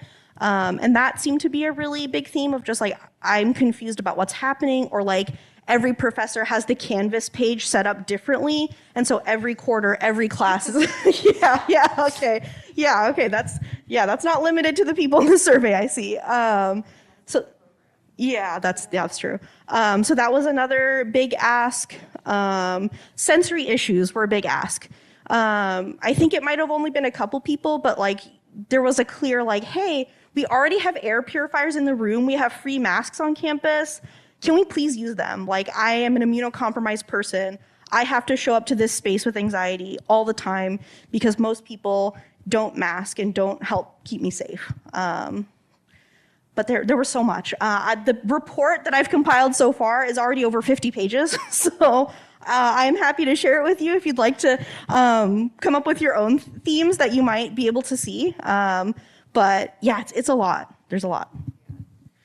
We also didn't ask people to disclose as we were doing the survey. It was just more of an idea of like, do you self-identify? Have you gotten like the diagnoses? Has that prevented or helped you get DRS accommodations? But it was a lot of people at least mentioning different forms of like neurodivergence and the specific burden of having a lot of the DRS process being put on them. And I'm a concurrent student, so I'm also enrolled in the School of Public Health, and we have a DRS like assistant who like can help you with the process and can also help support you if your accommodations are denied. And that was a recommendation that did come up from a couple of people of getting that extra support. Lev does a lot, and we love Lev, but also having someone specific on the accommodations and DRS side was a major thing that was being asked for, support that was being voiced and needed. Yeah, and just a word on why we specifically didn't want to collect diagnosis. One, because we just wanted to minimize identifiable data, because that could make, be very visible. And then we also really wanted the focus of the survey to be on access and not on what like somebody's disability is. So that's kind of why we didn't specifically focus on that. Did you have a question? Oh, did you have a question? Oh, I think yeah. So conversation and curriculum, and collaboration. So conversation, I'm wondering if part of the challenge with conversation just discourse and comfort in having these conversations. Does this fall under the rubric of courageous conversations that we typically associate with race, ethnicity, and racism? It's kind of a question, and if so, that would need to be, kind of stewarded and held by somebody in the faculty. Would be my suggestion. Likewise in curriculum, and then just happy to say regarding collaboration, as one who does champion lifting and surfacing more conversations on race, ethnicity, and racism, certainly glad to collaborate with those who are interested in courageous conversations around ability and disability, which goes to my final point. What do you have any thoughts, and would you share any suggestions on the glossary of disability and where we can go to learn about how to speak courageously towards disability? So I'm in my head is like CRIP, that discourse on CRIP, and do you have any thoughts on other terms that are particularly favorable and preferred, and those that are discouraged?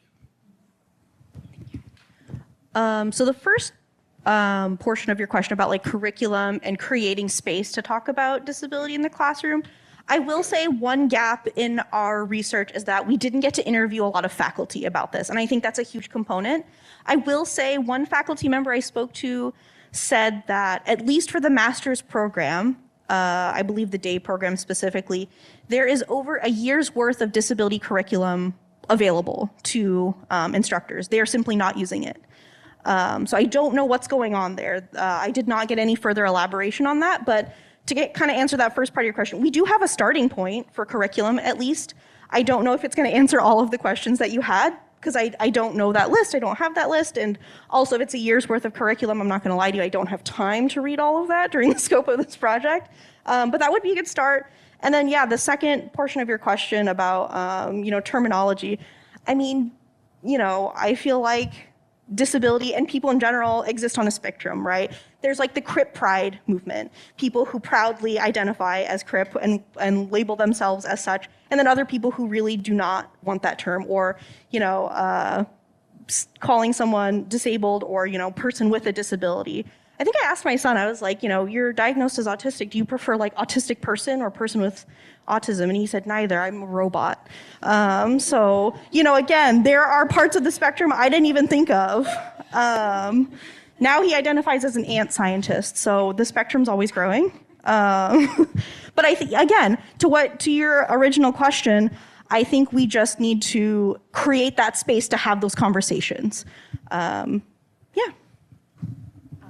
And at least another point that came up that I think is maybe helpful on the instructor side is that people who have a disability are not worried, but like there's just a hesitation of like bringing it up in the class, but also like knowing that the classmates that are with them are going to become social workers and haven't had critical conversations about disability, haven't had the time to think or consider other perspectives.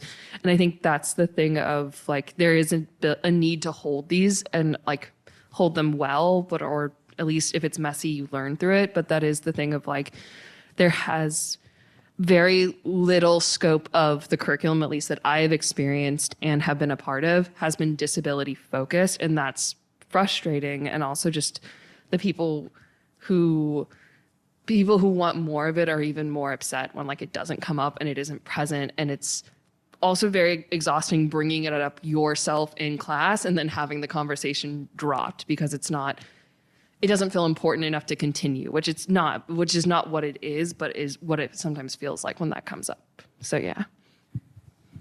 I will say, to add on your point, Sarah, I also feel like the small bit of disability curriculum that I have read in the program has been about people with disabilities as recipient of services. I've never heard any material that's talking about supporting social workers with disabilities. We talk about supporting social workers of like, varying races, but I've never heard anything about supporting a social worker with a disability.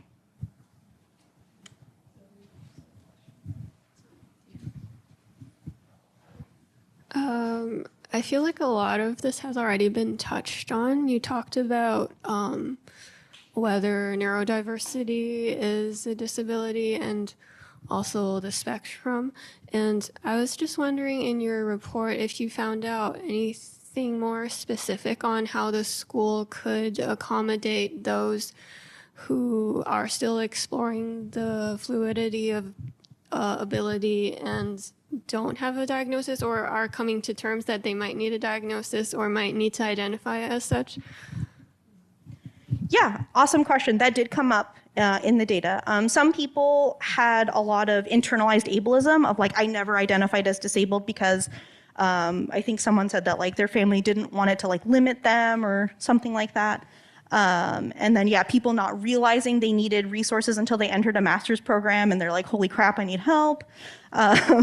So to kind of answer that question, I think people were kind of hoping just to, again, have a space to talk about disability and feel like it was safe to talk about it in the classroom or to their instructors directly.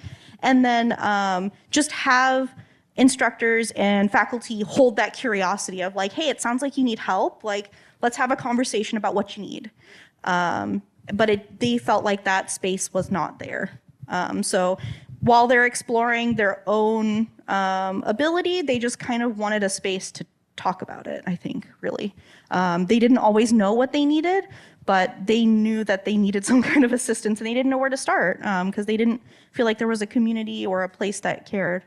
And like resources weren't introduced or made aware of until like very far into the program. So like I particularly remember at orientation that I don't think there was any mention of DRS at orientation. And while like it might be in a syllabus, it's not very clear in a syllabus of what that looks like or like how to go about it.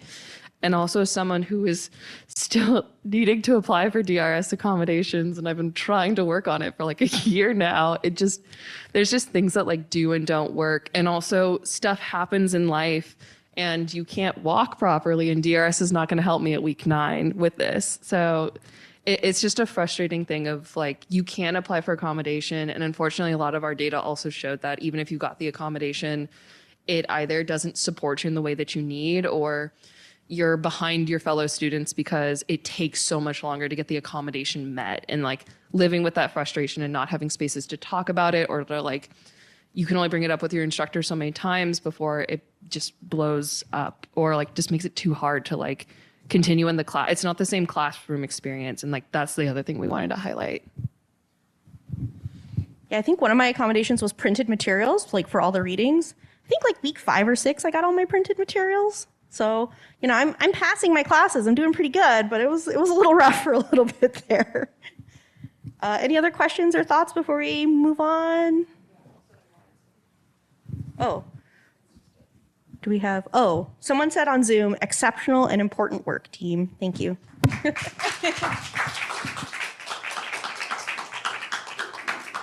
Thank you. Thank you so much. Are you ready? Okay. 1 to 2 minutes. Okay. Well, I should probably say bye, Bruce, and be nice to your dad.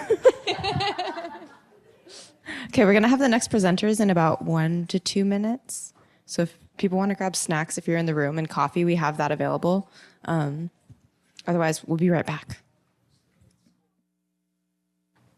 Okay. Can you hear me now? All right. Hello, everyone. My name is Marissa Ma, and this is Clarissa. Hi, everyone. I'm Clarissa. We're both BASW seniors and yes, graduating a little bit soon. Thank you. And our Grand Challenges social work project was hosting a Healing Justice Community Care Lab, and we're excited to share with you what we did. We just did it a couple days ago. It was on Monday, so it's fresh in our minds. Super excited to share outcomes. So starting off, our vision and purpose, Clarissa will give a little backstory about kind of where this idea came from and then what it looked like in terms of making our event what it was. So the grand challenges that we were looking to address was to, 1, ensure healthy development for youth, and 2, eradicate social isolation. Something that we thought of is when systems continue to fail us, we bring the community together. This project was done in response to my own involvement with the local nonprofit, and I am a part of their youth leadership council, and consistently I have witnessed harm towards young people, not listening to young people voicing their concerns, and then kind of seeing that things were a facade of being youth-centered, but it was never youth-led. And so we worked with certain individuals who came out of that organization and left as alumni and as young participants. And something that was pertinent was that they just wanted a space where they could feel supported, or at least learn how to get that support. And in talking to the executive director of that nonprofit, she told me, and I quote, "We are not a social service organization, and I don't foresee us becoming one." However, there's been just a lot of, I think, again, harm that we've seen, and we wanted to try to do something about it. And so we collaborated with some of those young adult participants to envision what a session where they are focused and their needs are prioritized, and what would that look like. And then Marissa can go over kind of what we did, but that was our vision. And then the purpose is just to provide that space that youth so desperately wanted and needed, or young adults needed. And yet it seemed like systems were saying they couldn't do it because of budget, because of capacity. But really through grassroots organizing, we were able to show how easy it really is to do that, and how it doesn't really require, I think, as much than the nonprofit industrial complex believes to be required. Yeah, and so kind of just our structure of our event, we started with a somatic healing session, a sound bath. Yes, I can speak louder. So we started with a sound bath, and we'll expand more on this later. And then secondly, we had a listening and sharing circle, talking about healing justice and community care, and really sharing vulnerably and listening to each other about situations in which systems have continued to fail us, and then offering encouragement and just being intimately in vulnerable space with each other, and just offering that space, and then having people listen, I think, was in the feedback we got was very, very profoundly impactful. And then at the end, we did kind of like a resource sharing and navigation lab, when we talked about specific resources, and I think we were very specifically offering resources and that have been, at least as much as possible, vetted, and always asking for feedback from the community on their own experiences with these, because we recognize that even how do I say this? Even people that want to help can perpetuate the same exact systems and the same exact harm. And so I think being in continued communication about how we support each other is really important, but we'll expand on this more in a little bit. And really quick too on this slide, something that was very intentional for us was to hire women of color and those who identified as healing arts practitioners. And something that was pertinent especially was to be able to pay them fairly and be honest about our budget, but also emphasize that we believe in fairly compensating them for their work, and also being able to compensate the participants, even if in a small amount, for attending. Okay, and our framework really connected healing justice and then its connection to hip hop. I want to share this direct quote from the Kindred Southern Healing Justice Collective, as they are typically known for being able to coin the term and bring it into a lot of organizing spaces. So, healing justice is a political strategy conceived to intervene and respond on generational trauma and systemic oppression, and build community survivor-led responses rooted in Southern traditions of resiliency, to sustain our emotional, physical, spiritual, psychic, and environmental well-being. And so just wanting to give credit to activists and organizers in the South who did help develop this. And essentially something that we understand as healing is that all individuals, but especially young adults who name what the harm that they're experiencing is, and naming that they want healing, and going to the only people they trust, which is often individuals in nonprofits or community programs that they go to because they feel they can't go to their communities. And then kind of asking the question, to what extent are those community programs or nonprofits responsible to being able to attend to the needs of their participants, especially as they adapt over time. And we think that healing and the right to healing and the right to spaces like this is justice, and that's something that we kept as our framework. So going into a little bit about talking about our planning process, it definitely was a ride. We were actively in conversation with potential participants, and I think that along with the nature of just youthfulness and free-spiritedness, there's we were trying to get people to RSVP, trying to see like, okay, who's gonna show up, like trying to like and I assume you know how it goes. Like there's people like, I'll be there, trust me, and then you don't know how much food do we need, and so I think that we really stepped into this understanding that, but also like there's like timelines that we want to follow and trying to stay organized, and so it's kind of battling between like meeting people where they're at, and then also like being okay with that meaning like not as much sureness about what to expect, and so yeah. Yeah, and so on that adaptability, I think what we realized is that we needed to be a bit more hands-on and to meet people where they were at. And so our focus were hip-hop artists, because the nonprofit that I was a part of is a hip-hop nonprofit. And so being able to understand that artists often are facing houselessness or don't have access to work at the moment, or if they're working, they get spotty hours. And there's just a lot of need for those youth. They're also known as opportunity youth and young adults. But we wanted to ensure that, we could really get the people who could benefit from this to attend. And so that looked like going to community events and printing out flyers and talking to people in person and saying, hey, we're creating this lab. And so I know that we attended several meetings with, again, potential participants who brought this idea kind of to us, and then expanding on that. And then also being able to just in person get people to register. And that was very effective. And I think we were surprised too to have individuals show up who didn't RSVP at all, and we're like, oh my goodness, welcome.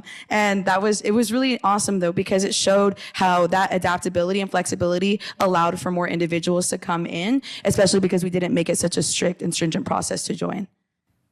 I was going to add on to the last slide.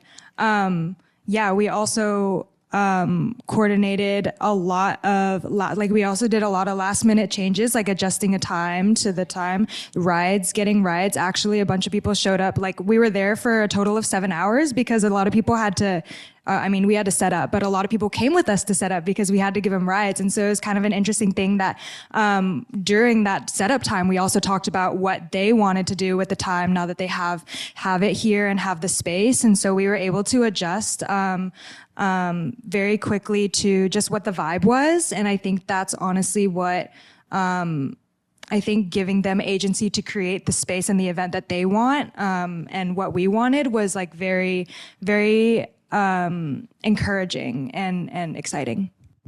And on that note, we were able to ask on our application if people did have accessibility needs for transportation. And so Marissa, myself, and another volunteer from a different department, we had pickup locations in the north, in the south end, like kind of Tukwila, Renton area. And then Marissa handled the kind of the U District, Beacon Hill area, and I handled the West Seattle area. And I think it kind of goes to show, like, something I hear a lot is how transportation is a huge cost barrier and you have to get buses. But through mutual aid, we were able to figure that out and get people there. And I don't think without those rides, many of the participants wouldn't have been able to show up. So that's just something I wanted to mention.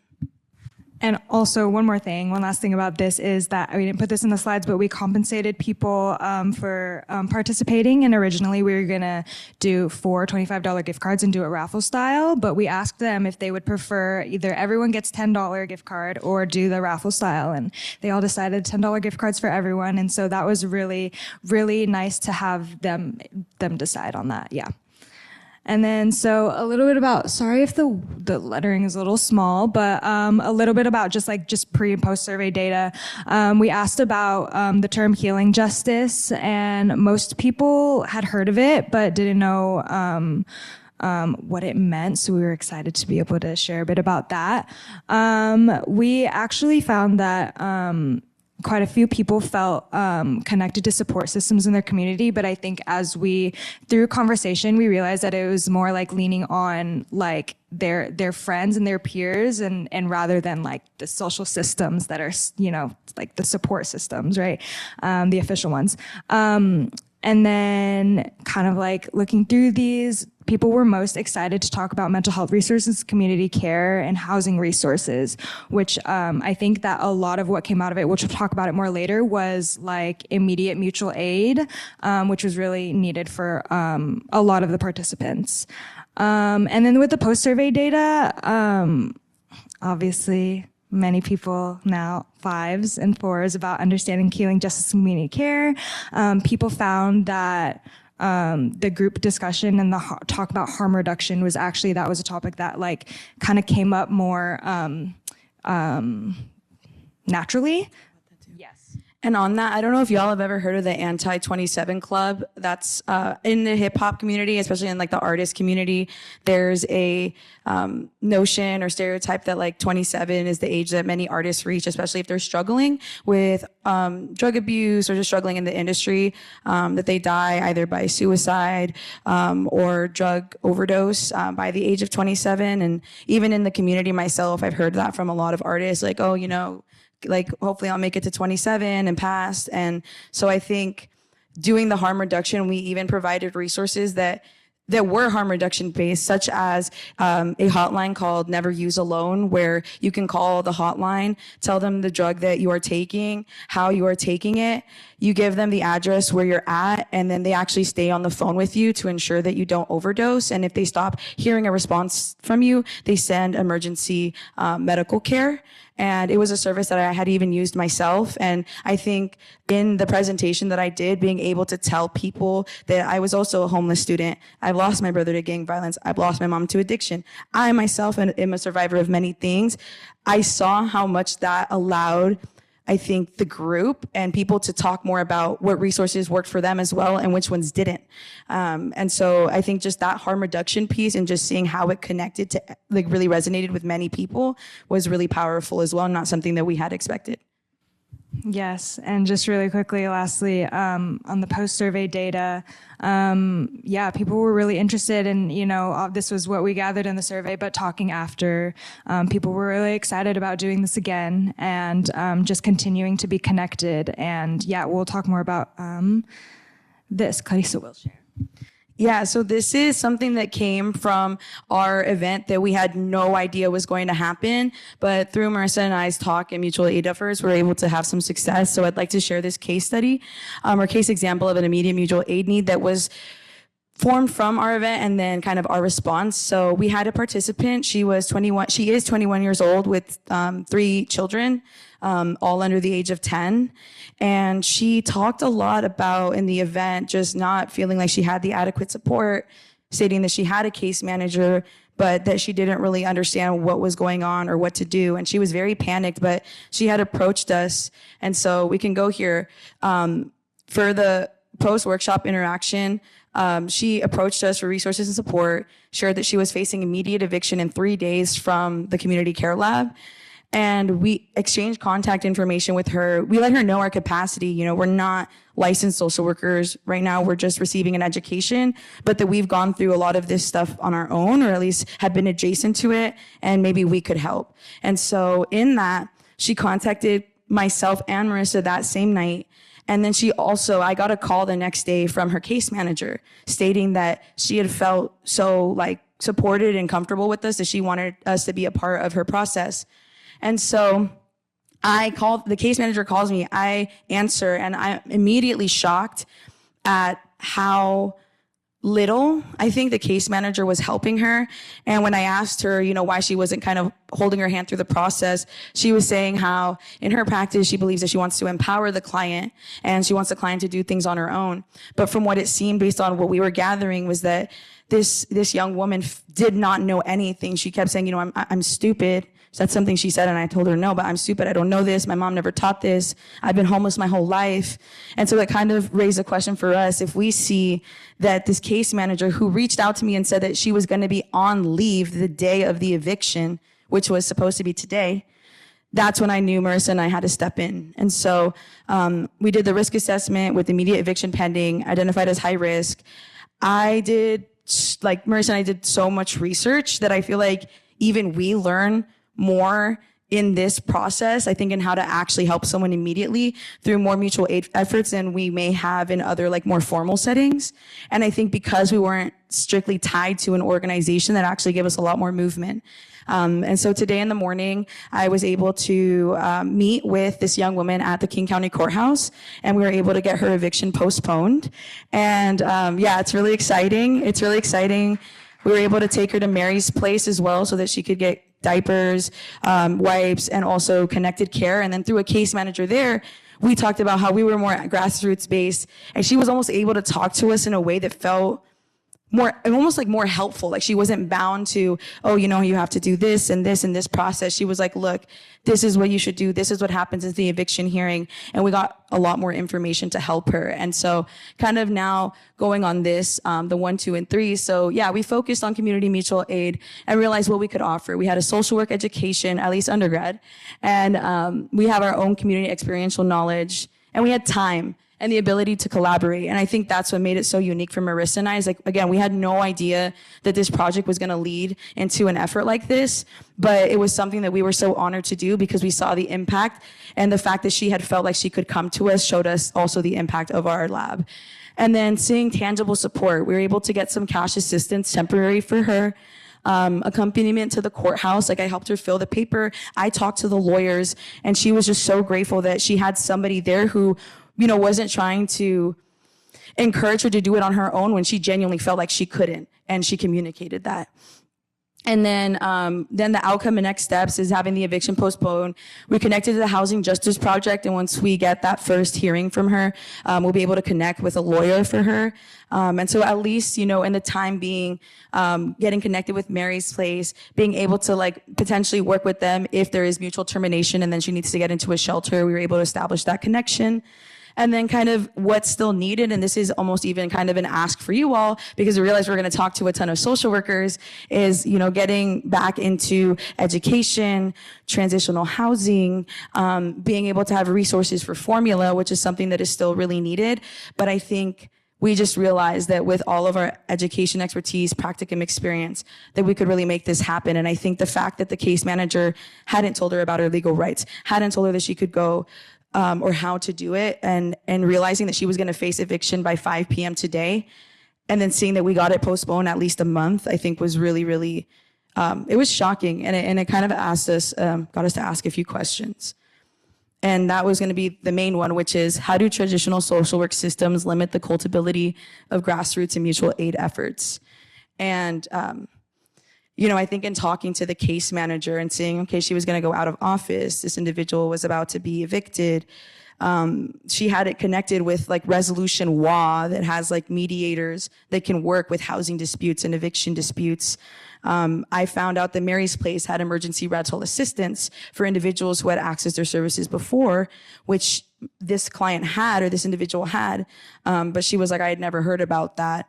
And so it just felt like we were given this what seemed to be a heaping just fire that needed to be put out. But then when we took our time and we mapped out what we could do and how we could do it, and then seeing the results in about less than 2 days, and this individual's been working with her throughout the whole evictions process, I think we realized that mutual aid and grassroots effort, I think, definitely helped a lot more than we had expected. And so in terms of the grand challenges, overall, we want to ensure healthy development for youth through the Community Care Lab and maybe hosting these more frequently, because something that many of the young adults said who participated in this is that they needed more spaces like this. And in fact, after the sound bath session, this individual even said, I feel like I need to be with this more, I need more consistent healing. And I think that's what many young adults and many individuals in need, which is just consistency, someone to be there with them, an advocate, and then making sure that they're not falling off in any step of the way. And then for eradicating social isolation, it was just bringing everyone together and being able to do it in a way where it was framed as community care, and especially for many artists or artist adjacent individuals, not being able to feel like they have to go to events, but they can't also be vulnerable. And I think the flow of our scheduling, it wasn't very strict. It allowed for a lot more of those honest conversations where we're really able to gather what these individuals need. Oh, and then, yeah, that's what, that was the kind of the little quote down there is what people kept saying is like, please keep doing stuff like this. We love spaces that are young adult led. All right. Thank you. Does anyone have any questions?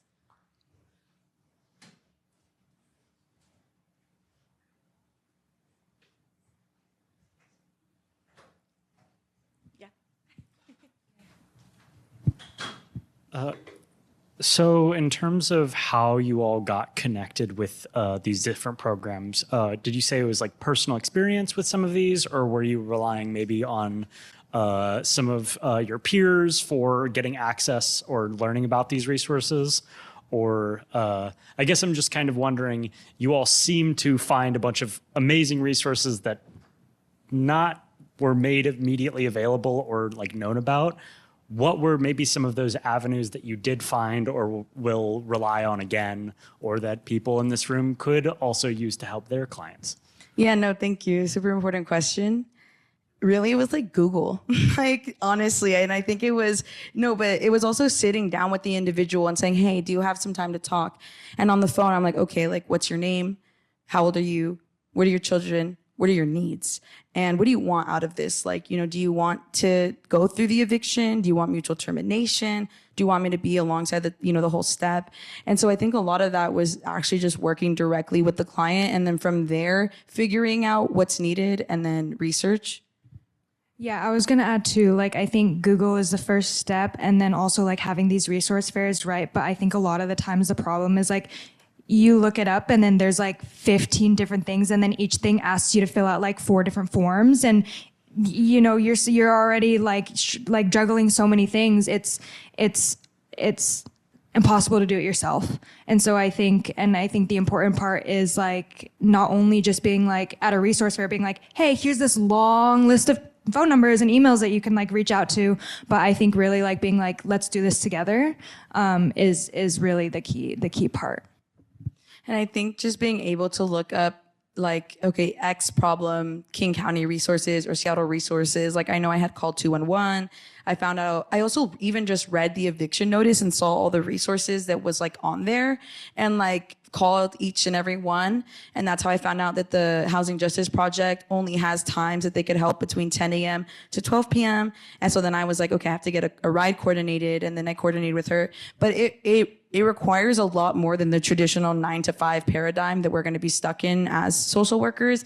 And I think that's what was really shocking for me, is realizing how much we were able to get done without all those limitations, and out of office expectations or whatever.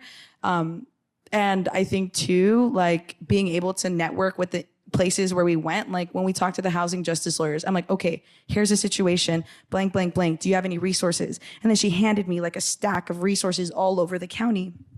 And then talking to Mary's Place and saying, hey, have you ever worked with housing eviction stuff? But it was almost like mutual aid through like knowledge, if that makes sense. Correct. And then I know when I was at Mary's Place, they had like flyers stacked all over, and I took pictures of each ones and I like grabbed them with me. And then I just kind of like, was asking the individual like which ones made sense, and then kind of going from there. So I think a lot of it was just like grassroots mobilization and crisis mobilization. And all the stuff Clytus has said takes a lot of time too. Yeah. So there's that accessibility too. Yeah, for sure. This took like hours and hours, and like but it's something that like we had capacity to do. So I think it's sometimes like either finding like what your capacity is and seeing where you're willing to go, and then reaching out to like classmates or other social workers, et cetera, and seeing if they're willing to jump on this with you, but always framing it as mutual aid, I think is like really helpful.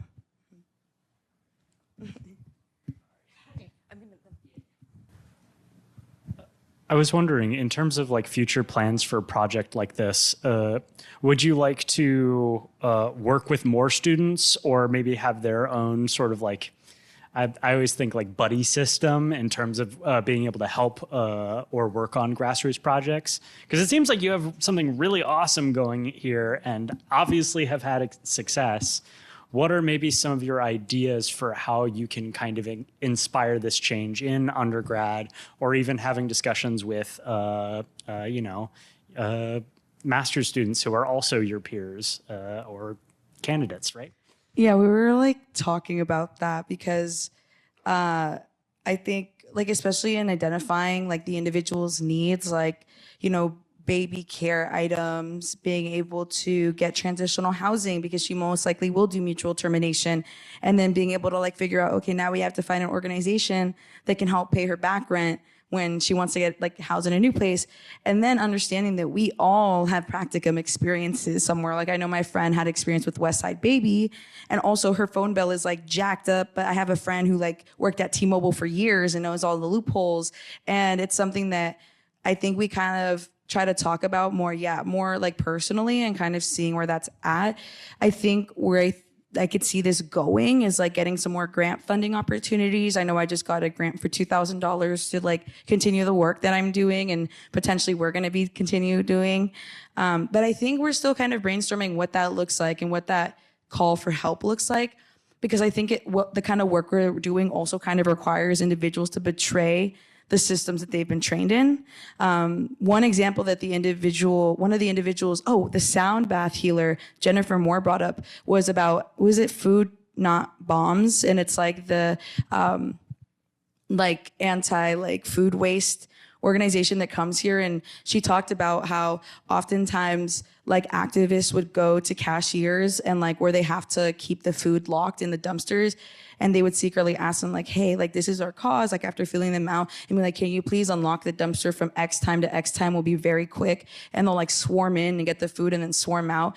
But like sometimes it just looks like that. And so I think we're kind of navigating, you know, the ethics of that, but also like maintaining the integrity of the mutual aid effort. But sometimes that's really hard interacting with social workers, because I think sometimes we're trained too much into it. So I think it's something we're still exploring, but it's always going to look like mutual aid donations, like asking for spaces, like why we, Young Woman Empowered, have donated their spaces to like my cause before. And so we were able to do that for free. I know our venue that we were at for this one was also donated from my practicum site. And so we really try to keep as much of this low to no cost, but understanding that we are all benefiting the community together. Like Marissa and I learned so much from this experience. Like, yes, it was a lot of time, but I feel confident in helping somebody who's going to get evicted now. And I didn't have that before this grant challenge at all. So yeah, thank you. Yeah, no. Yeah, the speaker from the back. But yeah, as someone who's worked on a crisis line and have people call in for everything and anything and trying to have that knowledge to support them, I definitely know how hard it is and how important it is to like make these informal connections and like figure out the actual important information to give to people. So can definitely have sat and done that, and like I'm very grateful you've done that and supported people with it. One thing, as someone who has done the work and has come back now for a master's, I just wanted to ask you, because you shared it and if you did do it or not, but how did you support yourself through this? Because you were sharing your personal stories. Did you have any issues with like vicarious trauma or stuff that came out? That like, what did you do to take care of yourself is my question as they're like going through this project, because I didn't know, you also don't have to share, but I hope you had effort, time to take care of yourself as you're like supporting people with this, because it probably brought stuff up. No, I think that's a question that oftentimes as social workers, we don't ask ourselves enough. And I think we'll both have different answers. I don't know if you want to go first, so I can go first. You know, I think this whole experience was like healing. And I think being able to organize this was my form of like self-care, because I've been so sick witnessing community harm and, you know, doing all the administrative BS that comes with being a part of a nonprofit. And that was really the thing that was killing me. And I think being able to have a friend, a classmate who saw this vision and was like, I'm going to hop on with you and make this happen. And then seeing everyone coming together, it was stressful. But seeing like those people roll in, seeing people come in even just for the last workshop, I know I remember it, like I told Marissa, I was like, oh my gosh, dude, like we did it. Like we had like a goal of just 8 people showing up and we passed that by a little bit. But you know, even just the sound bath. I know Marissa had even experienced the sound bath like during the session, being able to like teach these things. So, you know, I didn't have like a direct like, oh, you know, I met with my therapist and debriefed, or, you know, I have my own like meditative practice or anything. I think organizing is my, is my self-care, and community care is really, I don't know, it just fulfills me in a different way. So that's how I'd answer it for myself.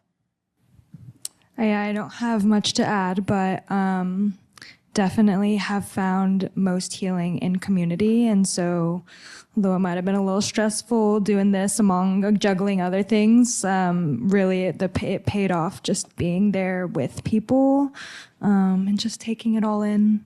And then also being able to make an impact and make people cared for, including myself. Like, it was so mutual. It was great. It was wonderful. And I think ultimately when we see this developing is working directly too with the healing arts practitioners. Like, I think even like, for example, if we continue to develop this, maybe we have like a development day or a day to decompress before or after a workshop, or we just meet with the people like Danielle Stovall, who we had come from Rise Up Against Domestic Violence. She is also like a healer. Jennifer's a healer, and they offer to come and do this work. And I don't know if I mentioned this, but I have my own BIPOC like healing justice collective called Joy in the Hood, and we've been active since 2023. But we connect Black and Brown Indigenous healers to come and teach those practices to young adults and high schoolers, middle schoolers. And so we kind of have a network already created where, you know, if we wanted to have like a more formal kind of debrief with like yoga or sound bath or art, we would be able to. So I think, because as much as this does fulfill us, I think it also is important to have that intentional set of time and to also process and really even brainstorm together and being able to talk about it. So I think it's something that we hope to implement further. And I think actually through this conversation gives us a bit clearer idea of what that could look like. So thank you. Yeah.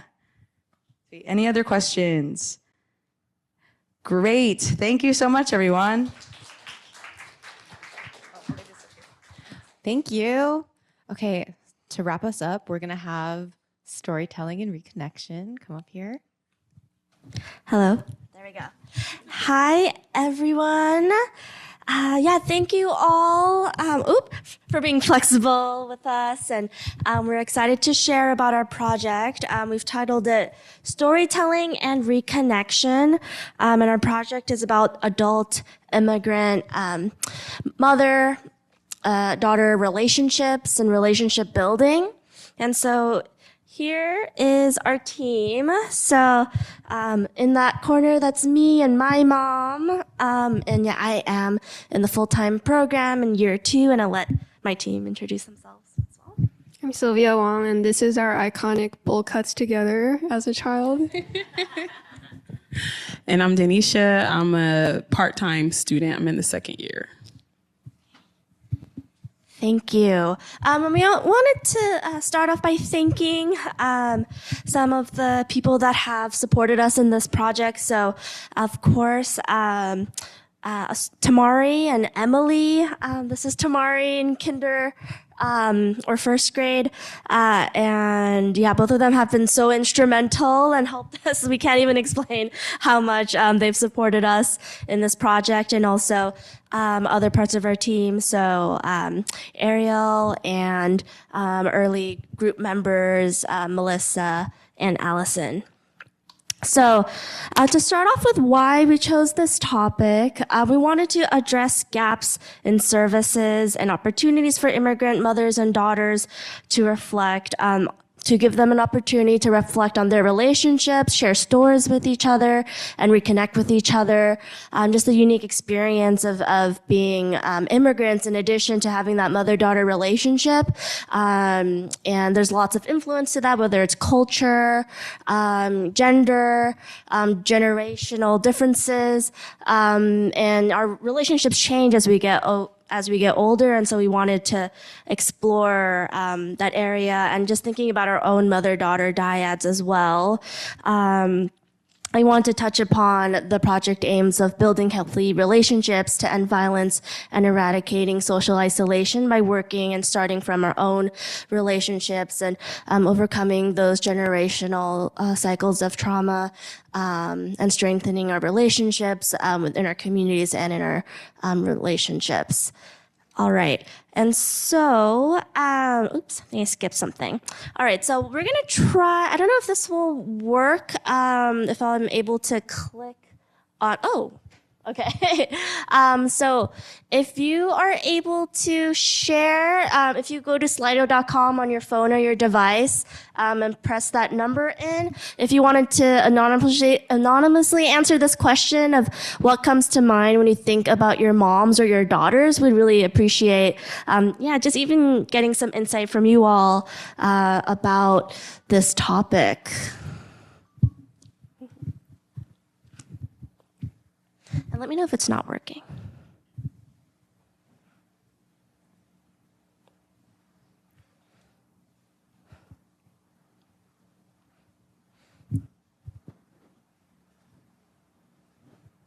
Ooh.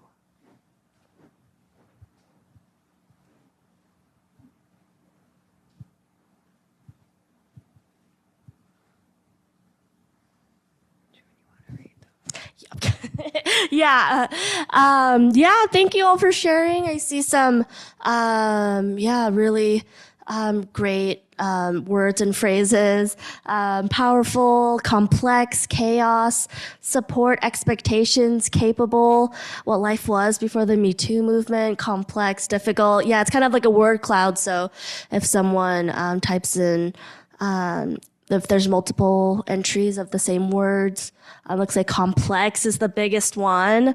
And so, that just kind of reflects, the dynamics of, or, how, like, the differences. Every relationship is unique, and complex. And these relationships can be complex themselves.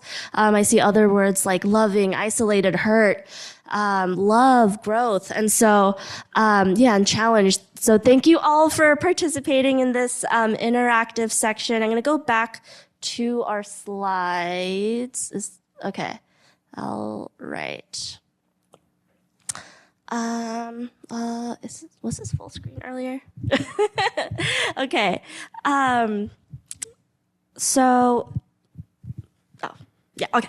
Okay. So for, how we begun this project was to kind of think backwards. So we wanted our deliverables to be, first, to create a workshop or a therapy curriculum that centers storytelling and reconnection for immigrant mother-daughter dyads, and for this curriculum to be shared as a resource with community members and mental health practitioners. And then we wanted also to conduct a live, in-person or virtual storytelling workshop event to foster community reflection and reconnection with our participants.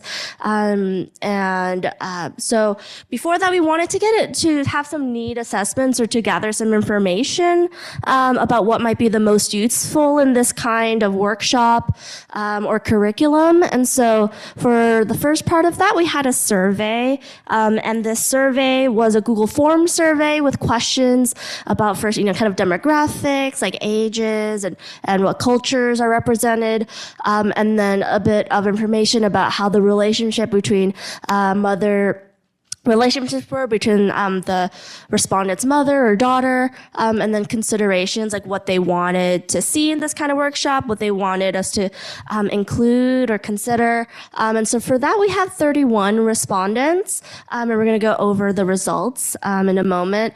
We also had an interview. So these were virtual 20 to 60 plus minute interviews, which was semi-structured, and included questions about their relationship, and again, what they would like in this workshop series. And for that, we had 11 interviewees in total. And so we also just wanted to thank all of our participants, whether they helped out with the survey or the interviews. We really, really appreciated everyone, and we are looking forward to sharing those deliverables. So I'm going to go past this. So here are some challenges that we found in the mother-daughter relationships that we were investigating. This is one of the screenshots while I was advertising for participation in the survey or interview, and it says, LMAO, so sorry, but the $25 gift card won't cover my $200 therapy session required afterwards. Have you seen anything realer than that? which really coincides with like our findings for challenges. There is our participants have been so raw and vulnerable in their sharing with us. So we've seen unresolved hurt, tension, fractured trust, distance emotionally and physically, and sometimes in a lot of participants' answers, they expressed patriarchal gender roles and expectations being a barrier for a closer relationship. And sometimes they saw their moms as someone who perpetuated these that didn't really align with their values as an adult. And I think I came across a Harriet Lerner interview the other day, and in the interview she said at one point, nowhere is the personal so political as in the mother-daughter relationship. And I just find it so true in this. And going on, there's also confusion of being treated both as an adult, as a child for a lot of the adult daughters. So sometimes, for example, they'd be treated as an adult where they're providing some sort of service or support, but then the mother would suddenly realize, oh, actually, I'm the mom, and like on top of the generational hierarchy there, so you're just a child and you should listen. And there's almost everyone had expressed issues in ways or styles of communication that were not aligning, and therefore were barring them being closer.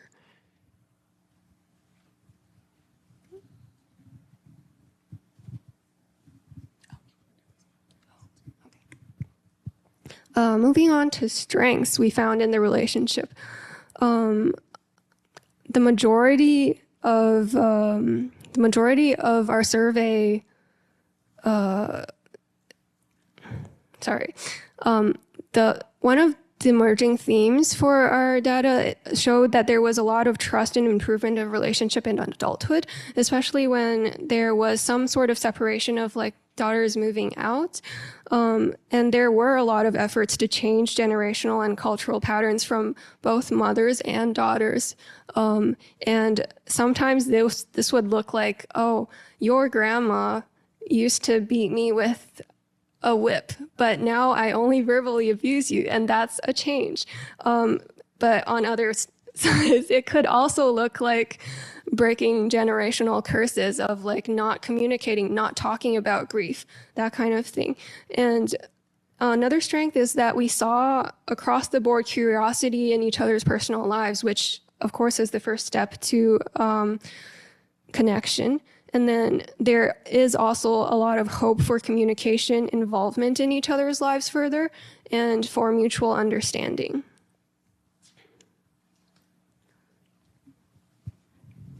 Yeah, so Sylvia just touched on some of these major themes that came up. But yeah, so majority of the respondents, they did report having a high level of contact with their mothers. Yet 54% of daughters also said that they would talk more with their mothers if there were no barriers. So that kind of indicates unmet relational desire for a lot of the survey respondents. And in our interviews, we conducted 31, and they were 30 to 60 minutes, so they were kind of long. A lot of participants actually expressed that the interviews themselves were meaningful for them because it helped them to articulate complicated feelings that are not usually discussed, and it inspired them to want to create more questions similar to the interview questions that they could maybe ask of their mothers.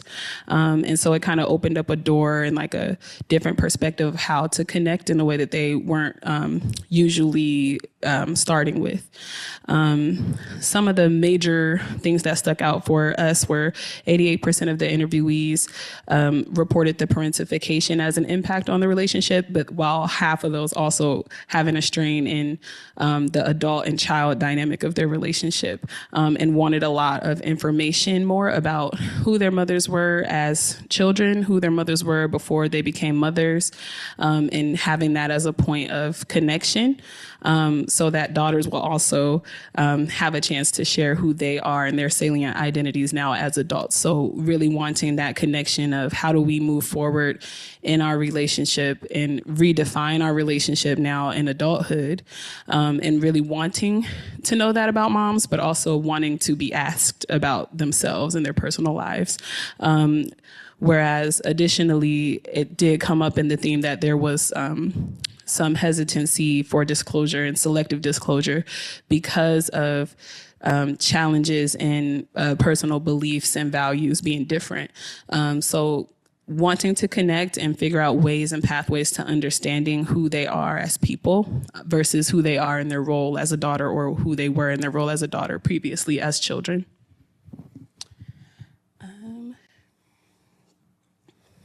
And then also a big theme came up both in the surveys and the interviews that the daughters wanted to connect with other immigrant daughters for support and also idea sharing, learning about how others are navigating their relationship dynamics and coming to bridge emotional distance, repair past hurts, and like kind of build that bridge in adulthood, and support with what kind of questions or where do we talk or where do we have this conversation.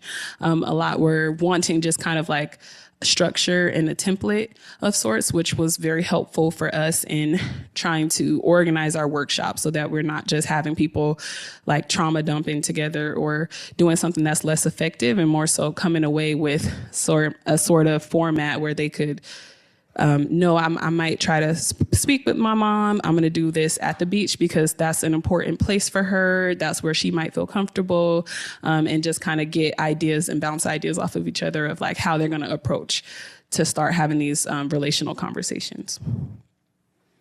And I think I have one more slide just with a few more findings here. And 30% of our interviewees reported that in their relationship with their moms, they had noticeable support and freedom, kindness, allowing of space to grow into women of their own, and respecting of their boundaries, and that they were raised to be independent, and raised to have their own voice. So, and I think that helps to reflect on some of the strategies that we'll be pulling on for our workshop. They do feel supported by their mothers, and a big group of them is wanting to use that voice that they were raised with to then now bridge a new gap and connect with their mothers.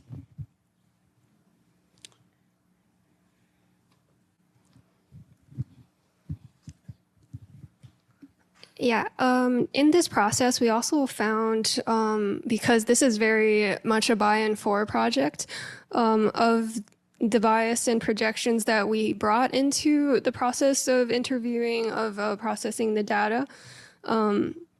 So, for example, being from East Asian descent, that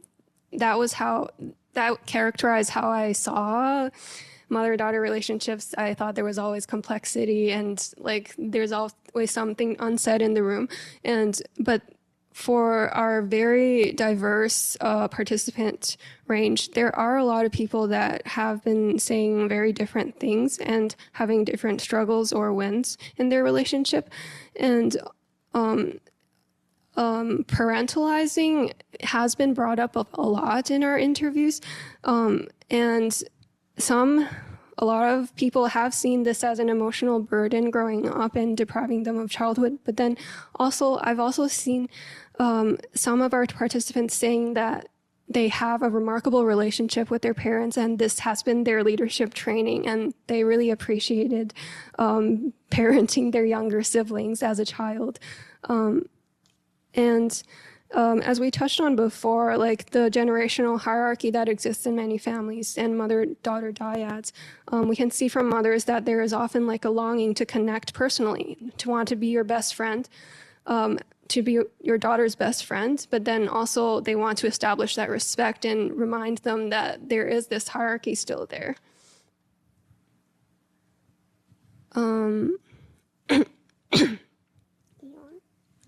Okay. So in our interviews of the 9 interviewees, we did get to have one mother-daughter pair, which was quite unique.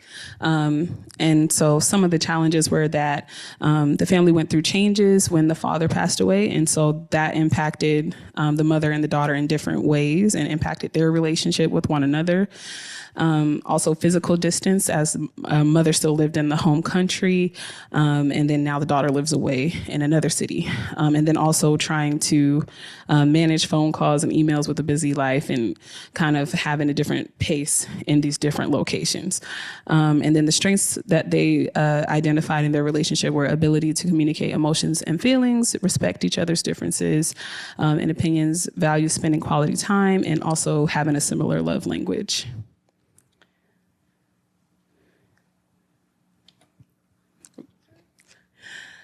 Okay, so we do have one more activity left for our project. We will be conducting a workshop.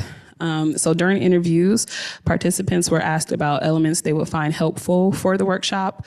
And it's focusing on exploring conversational pathways to deeper connection and understanding with their mothers. So they shared like concerns about disclosure, concerns about embarrassment, vulnerability in front of big groups, whether or not mothers would find the workshop to be helpful or fall more into like upsetness or blaming or different things like that. And so the workshop is formulated around ways that can deepen connection just between individuals. So exploring more of those salient identities, exploring through stories. So focusing on, what is the story behind your favorite cultural dish, or what is the story behind why we like go to this place every year, or what's your favorite story from your childhood with your childhood best friend, and like things that these stories that build up the memories of your life and shape your identity into who you are. And daughters were really wanting a chance to share in a format and a framework to tell their mothers more about who they are and to explain more about their choices in life and their identity and like why they are the way they are, while also asking more of those questions and opening up the pathway to ask their mothers more about why is mom the way that she is and who was she before she was my mother. And they also really wanted a co-processing space. So in our workshop, we have organized it where we have some groundings to focus on emotional regulation and have everyone come into the space and have it be more of a therapeutic space, a co-processing space to share experiences with each other. And they will come away with, a template or structure, kind of loose prompts that they've already worked through, that they've bounced ideas off one another and can then come to their parent and be ready to have something they can work with to start. And then, so that's happening on this coming Saturday at 11. And I think we have like 8 people that are registered RSVP interested in coming. That's what I had to say about that. Okay. We started off this project wanting to develop a series of therapy adjacent group for just designing the curriculum. And in the next few slides, we're going to put not the whole curriculum, obviously, but some of the directions or workshops that we have been coming up with that as a result of the data we've collected. So these are the 3 focuses or themes that have been emerging. So we've heard time and time again, food connects everyone, and food is such a important vessel for culture and heritage. And storytelling, which is in the title of this presentation. And then surprisingly, we've also gotten quite a few people talking about they wanted communication skills training of specifically how to talk to each other. Okay, so this is one example of what we could implement as a standalone workshop or as part of the series. I interviewed one of the participants in my house, and my fridge is really decked with just Polaroids and all that kind of. It's really full, apart from where the cats can reach. And she pointed at the fridge and was just like, you see how you have memories on your fridge? I feel like one thing to show that a space has love is memories as well. And I think this would be a really powerful way to start the series of therapy group sessions, because if you do a collage or fridge magnets and decorate the room to stay for the rest of the series, it would really have that much of an impact and set on the right foot. And it is also such a conversation starter and in a lighthearted way. So like I could ask my mom, when she was at my age, what is that fascination with that sock? What is the scenario there? Or like Tamari's baby picture, why is she so serious? And is she considering professorhood at age 6? And then we have the reintroduction session, which would be a poetry writing workshop that allows mother-daughters to reintroduce themselves to each other as adults again, because oftentimes in the family we have very specific roles and very specific interactions. And to get to know each other deeper is to know each other outside of that. And in that process, you could rehumanize each other outside of just the mother role and the daughter role, because the mother role is such a tall order of expectations to meet. And by default of that tall order, there would be disappointments and rupture. Okay, for the food session, we will be exploring, oh, are you okay? Old family recipes and having, if possible, in a community kitchen where everyone could cook at the same time. And we could explore in the session food as a love language, because a lot of times love is not explicit in a lot of Eastern cultures. But everyone's heard of the cut fruit with garlic flavor as an apology. And we also want to explore what else is in the kitchen and what else is not in the kitchen. So there is like heritage, there is power. So like for my family, like one generation up, women were not allowed to eat at the table at one point. So the power of like who is in the kitchen and who is not is really not only political, but also shaping the mother-daughter dyad. And there is care, there is self-reflections. We've also probably seen moms that really insist on being the only cook in the kitchen. Why is that? Is that their meditative process? Is there that their only alone time?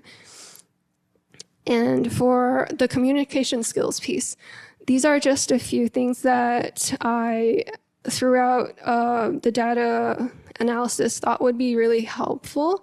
A lot of daughters specifically thought that there are some ways that their apology language is mismatched, and even though their moms could at one point have apologized for some sort of rupture, it didn't really hit the way that it was supposed to. And we all know like the last few years, the biggest hits for like API movies were the ones where the parents apologize, EAO, that kind of thing. Yeah, and then also like how to voice your needs to each other, whether that be emotional or like boundary setting. And these are just DBT skills that we have class right now that would be probably helpful to explore. And other themes include selective disclosure, which came up a lot of like, a lot of times in Chinese we say, we talk about the good and not the bad. We report the good and not the bad. And so like this happens on both sides. What gets told, what does not get told. And why is that? And what do you actually want to hear instead from the other person? And you want to make sure that they actually tell you.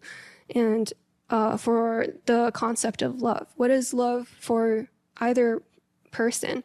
And how do you receive it? And how do you express it in terms of like love languages and other types of things?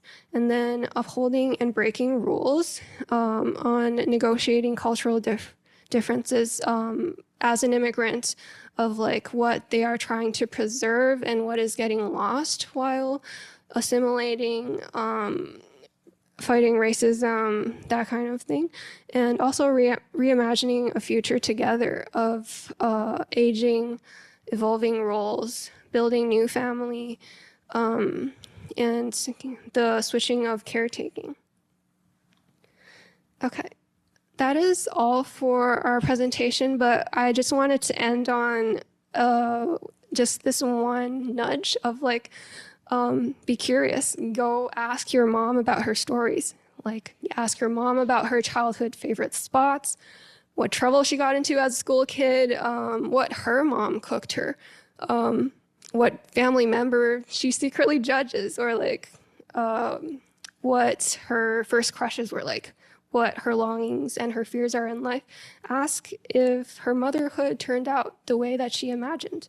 Like, go ask her, and starting stories is starting connection and is humanizing in the way that you will see a fuller person from your mom and from your daughter when you start asking questions and collecting narratives. Thank you.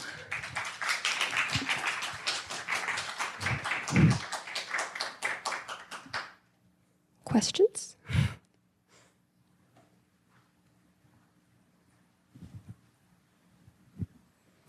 I just wanted to say I really appreciated this, even though I'm not an immigrant and I'm white. Like, I related to everything that you said, and it makes me excited to go build a better relationship with my mom. I did have a question, like, because I related so much to it. Were there specific like questions related to culture, immigration, the people that were that you interviewed and stuff? Was there like, were they first generation, second generation immigrants? There are specific questions that we asked on how culture impacts their relationship, but we didn't really cap which generation. Like, as long as you kind of identify with the immigrant experience, any first generation to third, we didn't really care about that. Yeah. And thank you.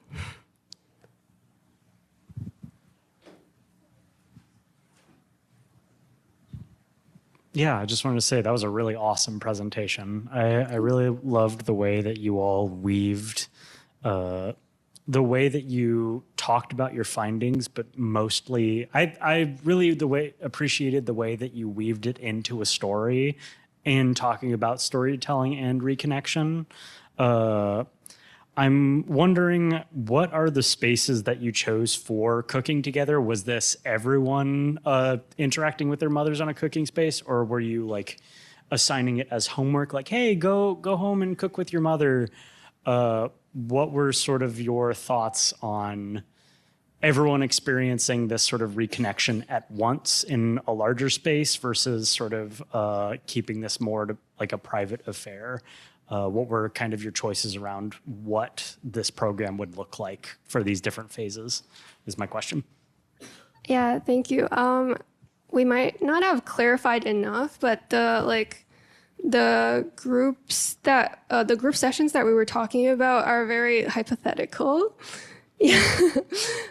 So in a hypothetical, we would have it be in a kitchen where everyone could cook together and there would be enough space. Like, if you wanted to have a conversation, just you two, go do it. If you want to go see what other people are cooking, go do it. And because we really want to emphasize the community aspect of this, we wanted to have the space for people to snoop around and ask each other questions of like what they're experiencing that is similar or different. Yeah.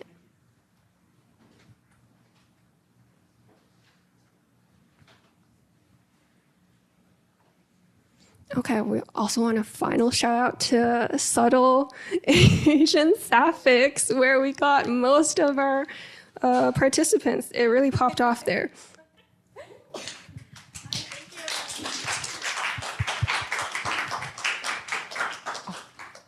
Thank you all so much. I think that you all should be so proud of all of the community impact you had. Like, the amount is really phenomenal in the short timeline. So congratulations to you all. And I'm leaving today feeling really hopeful for our world, which I don't always feel. So yeah, thank you all. And great job. Thank you,